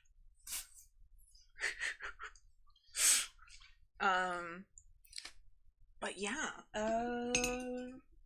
What were we talking about? Communism. Elon Musk sucking. Yeah. Not being smart, just being good at stealing shit. Me not being able to paint eyelashes. Pinko asked, or said, hi all, just hanging out for a bit. Nice hat, wink. What you making? I am working on custom Funkos. Some that I'm almost done with. I just finished this one earlier. It started out as Michael Scott from The Office. Just about done with this one here. She is riding a dragon. That is not done yet. And then I got this one here, whose eyelashes on that side are not cooperating. So, yeah. Greystorm, lovely to see you again. Hope to see you again soon. Thank you for joining. You want to show the rest of them? Oh, yeah, I can show the rest of them. Here's some other ones. So here's one. This is a inside joke where she's wearing a unicorn onesie and is being told to put her face on by her husband, who is right there and is wearing a giraffe onesie and breaking the internet with his irresponsible cable use. But yeah. Turkish Eugene Levy. I know, right? Totally looks like Eugene Levy. And then, yeah. And there's Jordan. So, yeah. It's just a process. And then this dog goes with the one whose eyelashes aren't cooperating. They belong together. But, yeah. And then I have this one that I'll eventually work on more, and it's Claire from Jurassic World, because I cosplay her. Or I used to, once upon a time. And I have her in the outfit that I cosplay, which is where she, ties up her shirt and is like, I'm ready to go. And her hair is all disheveled. That's the one that I did. Fun story about that. I had someone, I'm gonna skip ahead. I was at the Costumers Guild, cocktail hour at San Diego Comic-Con. And this guy, and I'm in my Claire outfit, cosplay, and this guy comes up to me, and in this, really, really thick Italian accent, he's like, excuse me, can I take a picture with you? And I was like, yeah, sure. I don't normally get asked to take a picture, especially when I'm with my costumer friend who's in, screen-accurate Black Widow jumpsuit. But I was like, okay, yeah, totally, and take a picture. And then after the picture, he tells me, I'm the assistant for the costume designer for the movie. And this is, right after the first Jurassic World had come out. I'd gone to the movie theater 5 or 6 times in order to get the costume details right. And he was the assistant for the costume designer, and he was the one who had designed all of the, distressing for the costume. And he was like, you're the only one I've seen so far who got all of it right. And it turned out that, he was just like, you got all the details and everything. It was amazing. It was a very, it was a good day. Respect from, a master in their field. Yeah, just, the person who had designed the thing that I'd spent so much time and money and effort on telling me that I had gotten it exactly right. It feels pretty good, not gonna lie. So yeah, that's my fun little Comic-Con story. Are you being cute? Are you just being cute? But yeah. Thank you, Andrew. I appreciate that. But I'm really good at mimicking costume distressing, but apparently not eyelashes. So, just annoyed at myself. Perfect. Bob Ross. I'm honored. Comes through Smeagol. That's you. That's you. I said your name. Yeah. Alright. So, I am trying to decide what I want to talk about next week when I'm back to doing the talking. And my big debate right now is between so last week or the last 2 weeks or whatever, I've been talking about like wrongfully convicted, right? So I don't know if I want to keep going with that theme and do the Central Park / Exonerated 5, or if I want to flip that theme on its head and do like wrongfully exonerated and do O.J. Simpson. Can you start a poll? If y'all want to vote in a poll, no pressure, but I keep going back and forth between the two and can't decide.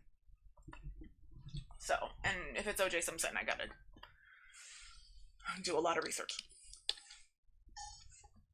I mean, obviously, I will still be doing a lot of research for the Central Park / Exonerated 5, which would lead into a good movie night. Well, there's the Netflix movie, or is it a miniseries? Oh, I don't remember. It's called When They See Us. It's really, really good. I watched it, but I watched it a while ago, and so now I can't remember if it's a movie or miniseries. But there's also an Amanda Knox movie. OJ doesn't need any more coverage. Yeah, and that's true. So what's the poll options? OJ Central Park 5. Or, what was the other one that I had lined up for next? Would have been someone who was shit on by history. Probably. Brian's hat puts Mingle to sleep. She's lulled by the soothing sounds of communism.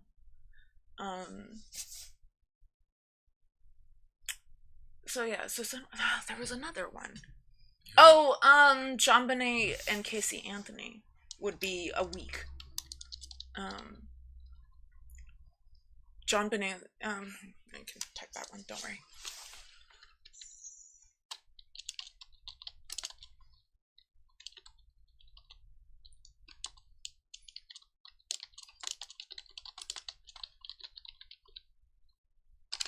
Alright, ran out of characters just in time.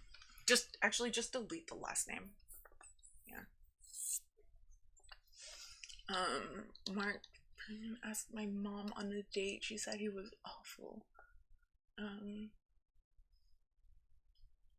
Is there an anniversary of the Knox case or something? It might just be because you were watching this, maybe. We did speaking about it. I did say Central Park 5. It's up. It's in the poll. Anything else? Let's just do those 3. Alright. Yeah. Okay. Poll is up. Not sure what Pinko was responding to. Probably the Mark German date thing. Yeah. Oh yeah. But yeah, there's a lot for all of those subjects that I can talk about. Like I have a lot of different sources about OJ that will kind of like put a different spin on it than you may have heard otherwise. He's still guilty, but still, yeah. Yeah, but allegedly.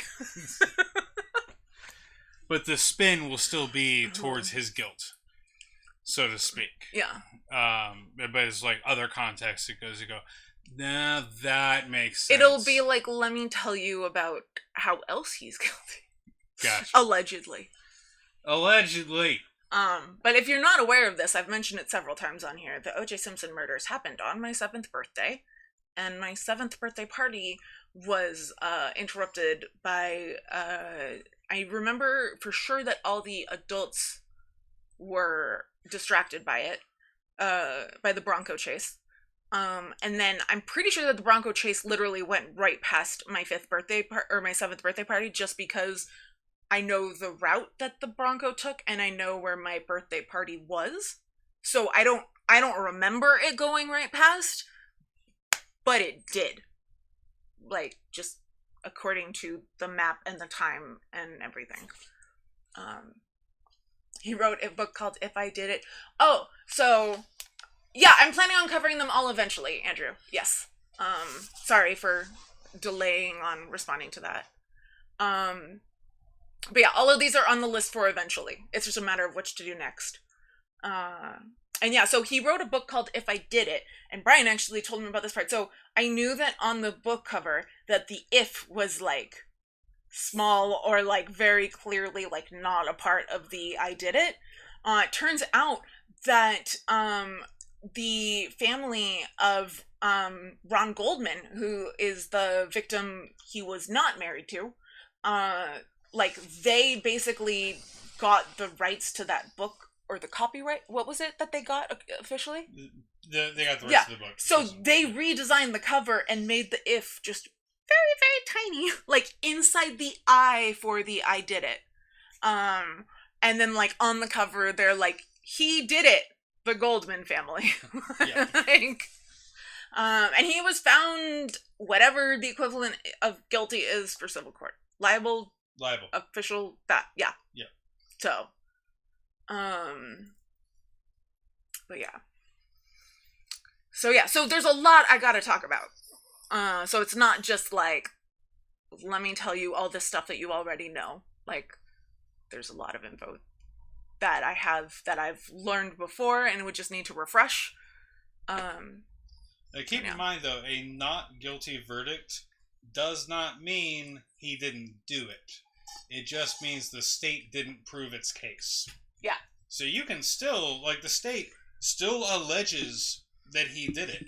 They just didn't prove it, and so because we have double jeopardy, or protection against double jeopardy in this country, that means that there's no option to retry him. It is still alleged that he did it. That's what filing a court case against him means. Not guilty doesn't mean innocent. It just means they didn't prove it. Yeah. Damn it, Marcia Clark, why'd you have to get a hair perm? And I wish I was kidding when I said that. Like, literally, they focused on her hair perm instead of the case for a while. That's the definition of an allegation. Yeah. Yeah. Aren't you working? There it is. Alright. Sorry. Right at the camera. Wow. That was a lot more than I expected it to be. Apologies. I am very cool. That's what cool people do, right? Probably. I've heard tell in movies and TV shows.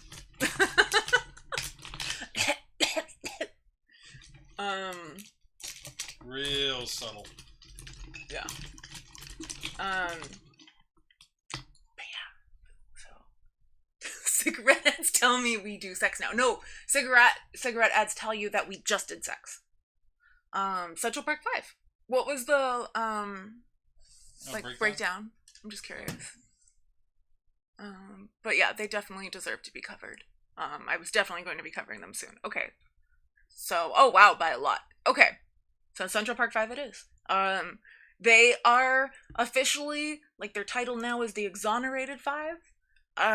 But if you say that, no one knows what you're talking about. So, gotta say the Central Park 5.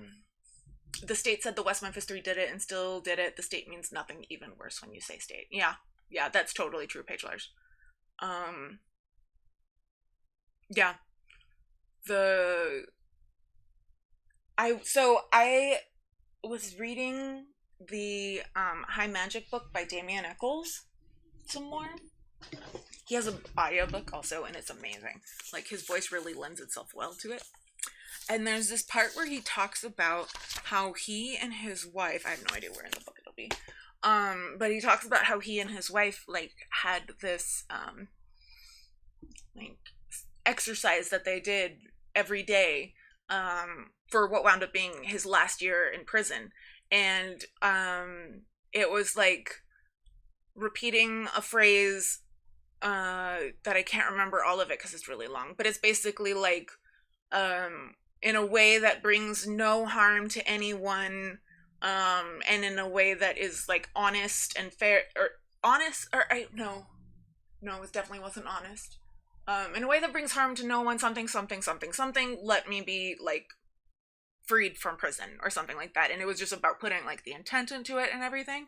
And we've discussed this. I'm very skeptical about all sort of supernatural higher power things, but I'm also like open-minded about it, and so he says like the phrase that they would repeat, and then he says like, and then with literally like a year later, almost exactly, they got the Alfred plea deal, and he says that when they got that deal is when they realized that they forgot to say things like that we're declared innocent, that it's fair, like, you know, like stuff like that.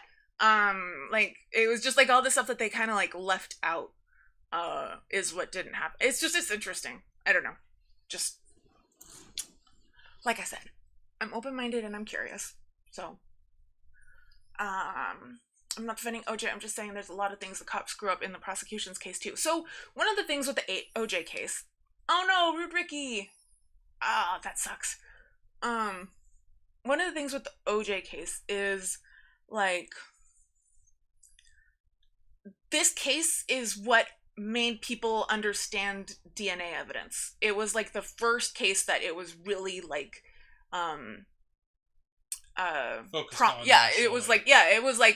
it was prominent in the case, and on top of that, there were cameras in the courtroom, so people were aware of it happening.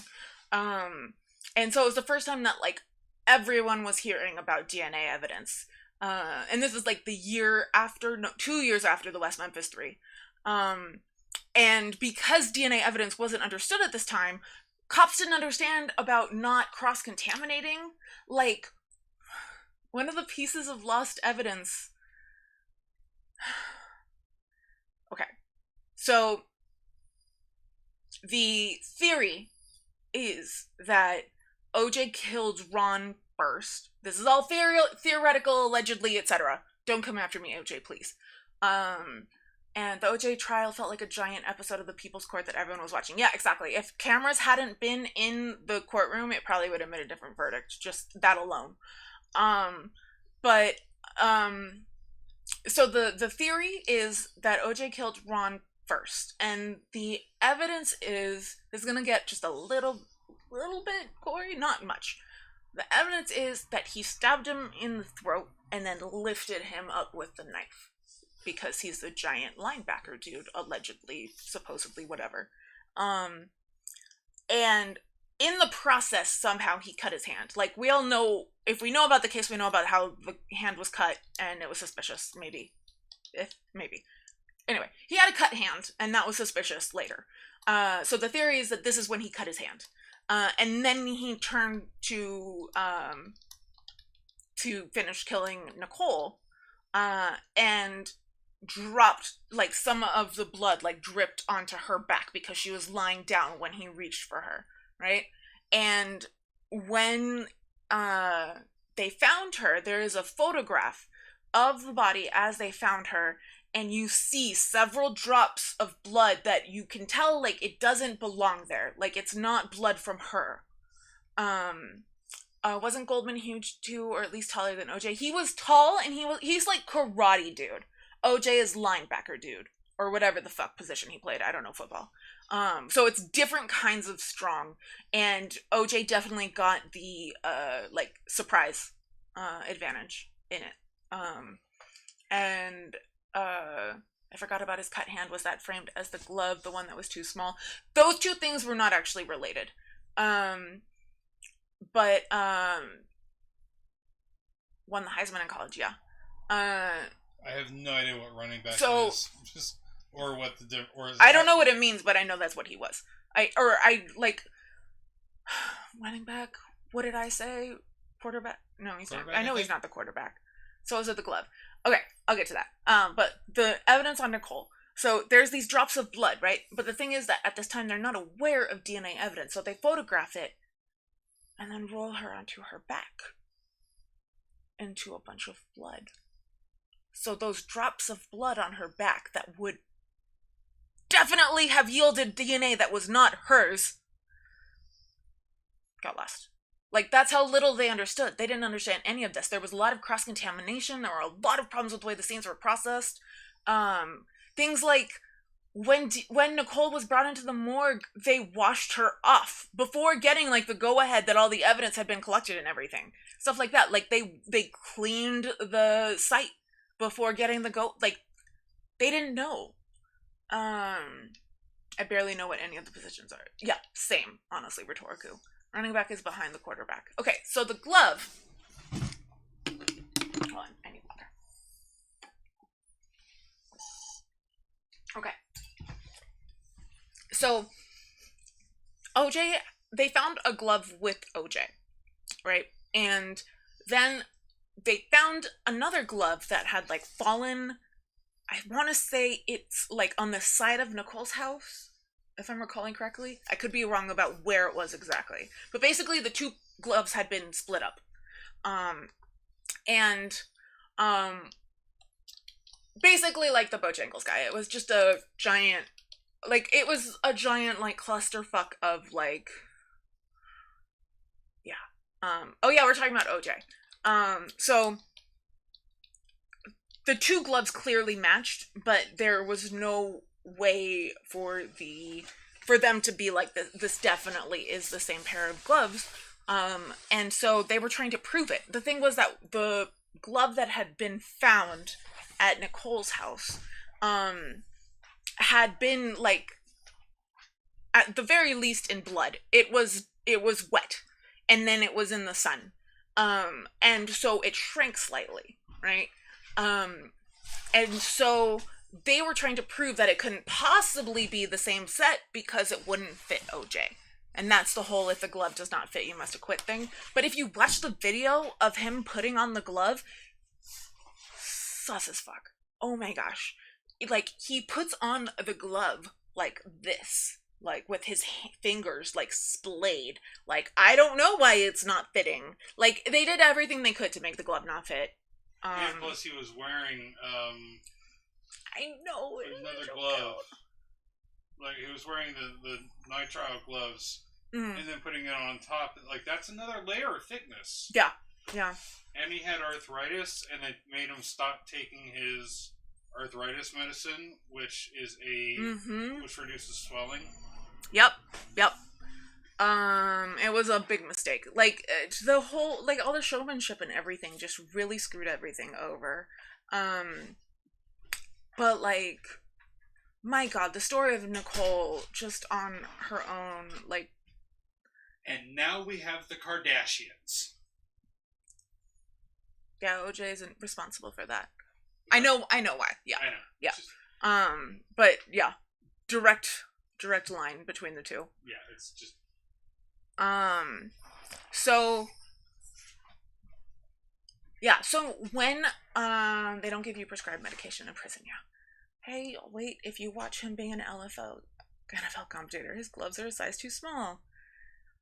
I would rather, like, I don't know, chew glass than watch him being an NFL commentator. I'll have to think of something that really encompasses the feeling that I have about what I'd rather do than watch him be an NFL commentator.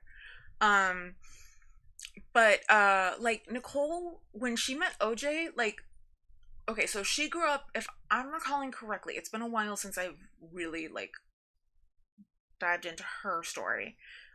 So this is fuzzy memory. But I want to say that like she was in a very, very strict and controlling house, and so she was extremely sheltered. And it took a bit for her to break free of that. I know that she was in some sort of restrictive environment, and she broke free of it. And she got a job as a waitress to like make it on her own, and to like start her life over. And she, yeah, 18 meets OJ, who is hold on, who's 29, I think, at the time, 28, 29. Allow, why won't it? Oh, okay. I was watching this random American crime show with rape, murder, and the victim. You'd think the glove thing is sus, and bite marks analysis. No, bite mark has basically been disproven as airtight science. Like it's still it's still like a thing, but you can't base your case on it anymore. But So Nicole got a job as a waitress and meets OJ. She's 18 and he's like 28, 29. And he like immediately just claims her and is like, I'm gonna marry you. And like is married at the time. So, whatever. But marks are too similar between people, too many false positives. Exactly, yeah. She worked so she could get out as soon as possible. Yeah, so when they met, she had just gotten out. So she had like a year of freedom, if that, like barely. And that's the most devastating part, is like she fought so hard to get free of the past situation and was really, really loving having freedom finally. And then OJ found her almost immediately. And like, it's so depressing. And she was such a strong woman too. Oh my God. When you hear about all the stuff that she survived and all the stuff that like she fought through, less from what I heard on a podcast. Oh, less time free. Yeah, if it was a year, it was barely a year. I honestly don't think it was a whole year. Like she like had like a taste of freedom and then it was gone. And yeah, it just really, really makes me sad to think about. But yeah, like, so her story and Ron's story, like, they deserve to be told, which is part of why I want to tell the story. Ron's sister has an amazing podcast called, I want to say Confronting OJ, something like that, where, like, she talks to all sorts of people who are involved in the case, like different people who investigated. She talks to different jury members, including the jury member who did the, like, Black Power sign at him when they came in from deliberating. Getting stoned, so I'm skipping words. That's okay, Sweetbringer. I've heard that Rob and Kris Kardashian were the ones that set OJ and her up. She was really close with Kris. Like, they were really, really good friends.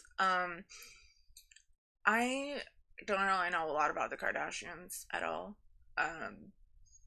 So I know, but I know that, like, Rob was the lawyer, and, like, I'm aware of, like, the ages of the girls at the time. Like, I'm aware of, like, the context with OJ. I'm not super aware of the intricacies of the family dynamics. But I know that they were all, like, friends as a couple, and I know that she and Kris were still friends after the divorce.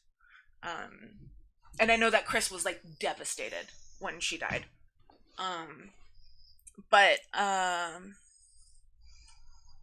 Robert was really close with OJ before the trial. Yeah, they were really good friends. And then there was another guy too, whose name I'm blanking on, who was with him in the Bronco chase. Like, he was in the Bronco with him. Eddie something, maybe? I'm so bad with names. This is why, like, I do, like, lots of research beforehand so that, like, it's actually, like, in my head. AC Green, there we go. That Eddie was way off. Yeah, AC Green, because he did the initials thing to mimic the OJ thing. Yeah. Yeah. Yeah. lots of interesting side characters in this. And yeah, just like doing all the research fresh, because like no matter how well I know the subject, I try and do as much research as I possibly can leading up to the episode, just so that it's like really in there, and that like it's fresh in there, and I'm not having to like really strain to remember stuff. So yeah, so I have a lot of stuff for the eventual OJ topic that will take a lot of time to get through. But yeah, we're gonna need to do. I think this weekend should be the next movie night, so we're gonna have to decide on a movie. I'll put up some different options, and we can like vote. Let me see if maybe I can get options by Thursday, and then we can do a vote, or we can do it in the Discord. I'm not sure yet. I know it's sports balls, but ESPN did a 30 for 30 about the OJ Bronco escort. Yeah, the Bronco chase is way too strong of a word. It's such bullshit. Oh my god.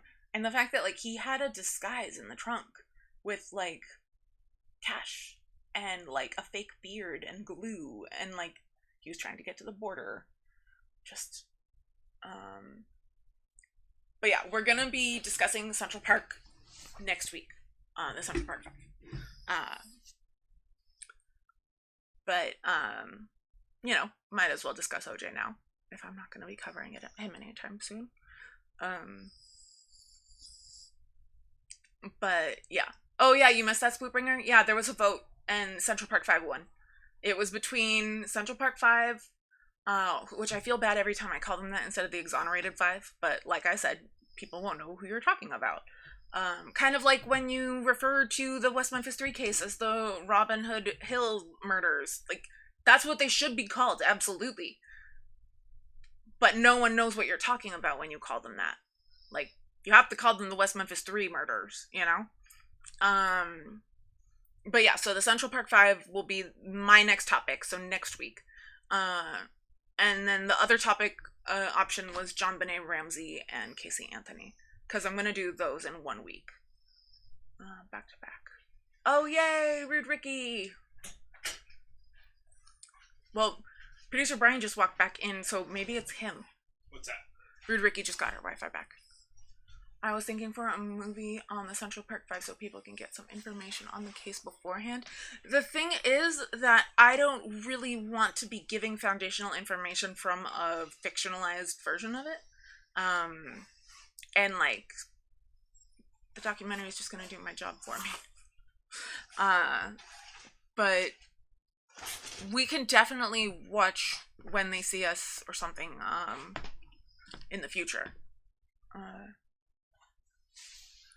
Fashionable puppers.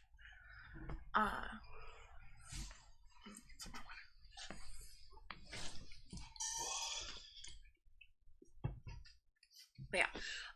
Also, FYI, their roommate is returning tomorrow? Yes. Tomorrow. So the like super late streams are not gonna be doable. Except maybe on Saturdays, because she's off on Sundays. So FYI. Or Amanda Knox. Oh yeah, like the documentary about her is really good. That was one of the ones that I was thinking about. There's also a couple movies about her that I was looking for. Yes. Sorry. She's very nice, I promise you'd love her.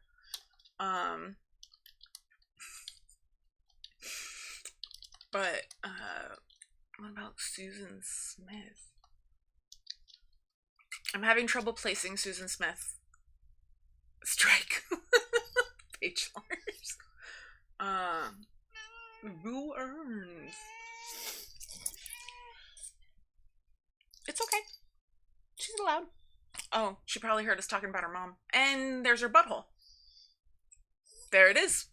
You can still see it right there. There's a cat. Yeah, this is Jadzia, because we are nerds in this apartment. This is a rebellion. Drowned her kids, blamed a black dude. Oh yeah. Um, both aspects of that case are unfortunately very common. Both the drowning of the kids and blaming a black dude. In combination thereof. It's static. I can, yeah. She's gonna get an unpleasant surprise when she gets down.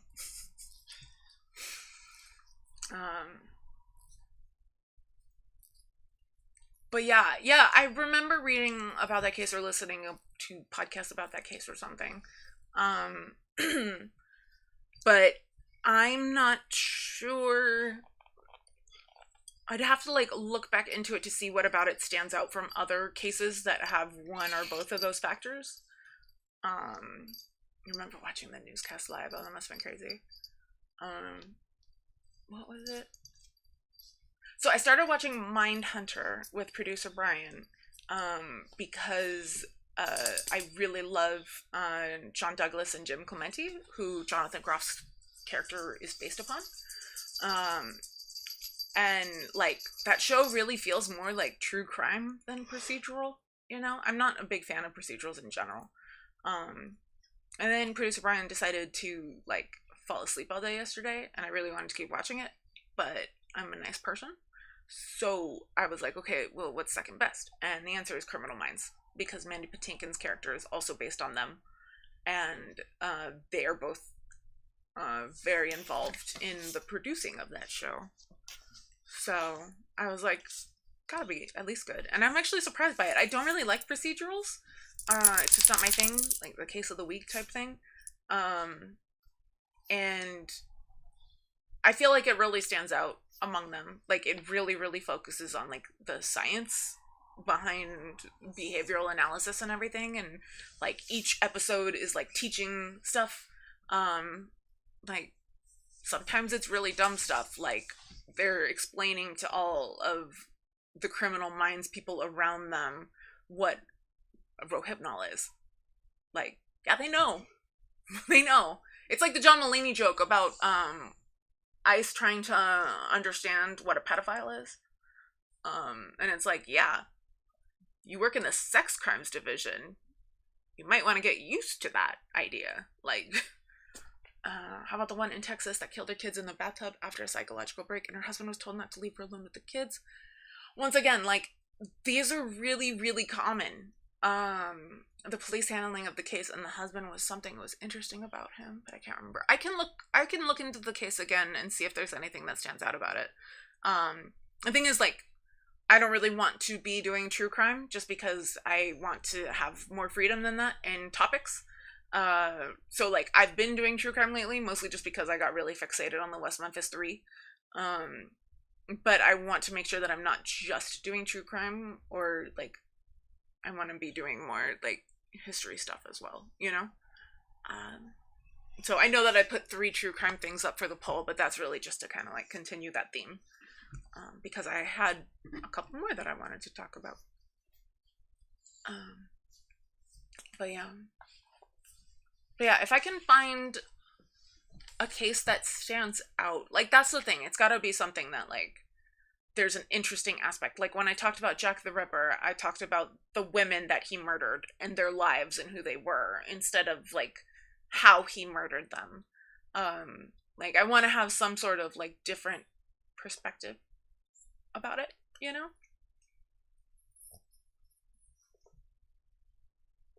Thank you. There's still Roman emperors that need dishing on. That is true. There's a lot of those. And you know, any excuse to watch more Mary Beard. I can't remember her name, but the husband got away scot-free, but she did get sent to a psych ward for the rest of her life. Again, that could apply to a lot of different ones. And a lot of them are because of postpartum depression. Almost all of them are because of postpartum depression. It's really, really sad. There was a case that I was just listening to that Jim Clemente worked on, and it was unique in a way, and I can't remember how now. It's in there. It'll come back. But yeah, it's really depressing how common the stories of moms murdering their babies, usually because of postpartum depression, like how common that is. It's not a fun statistic. say the least. But, you know, that's when you're into true crime. That's what's going to happen.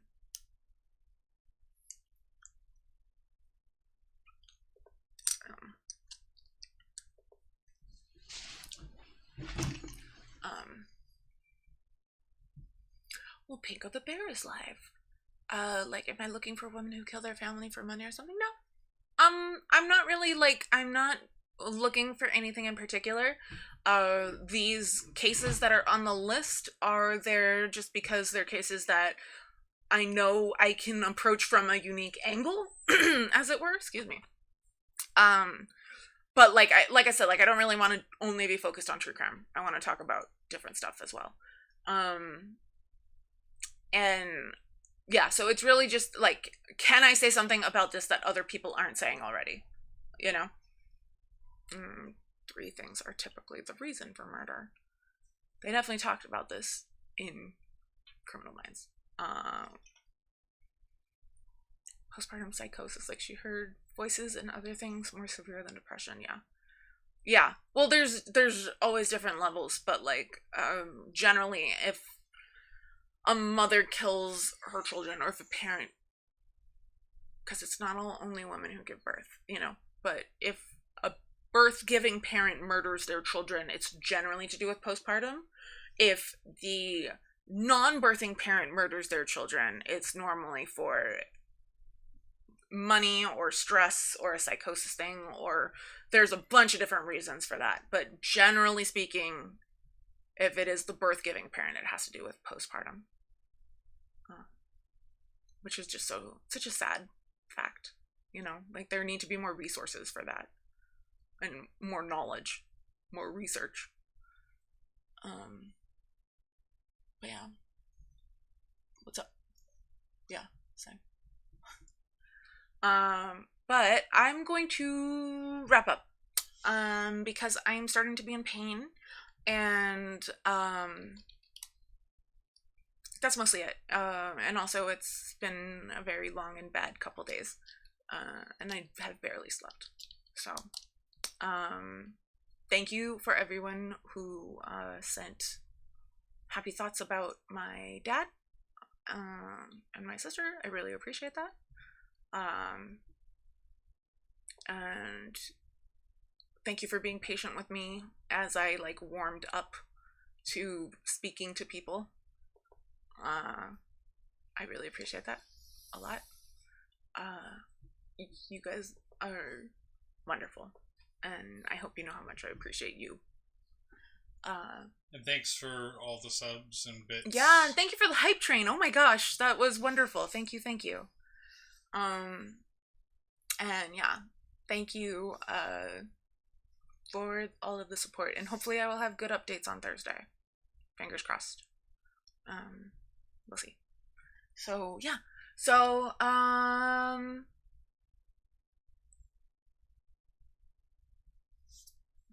there's a couple good people on. Oh, thank you, Splootbringer. Thank you so much. Thank you, Rhetoriku. Oh yeah, okay, is Pinko? Where is he? He's online, it just hasn't refreshed on your follow channel. Oh, okay. So Pinko the Bear stopped in earlier, so we're gonna raid him. Oh, thank you, Paige Lars. You are wonderful. Thank you. All of you. And yeah, I'm so glad that you guys really like Holly, because I love Holly, obviously. So, and she was kind of nervous, so I'm really glad that it worked out really well.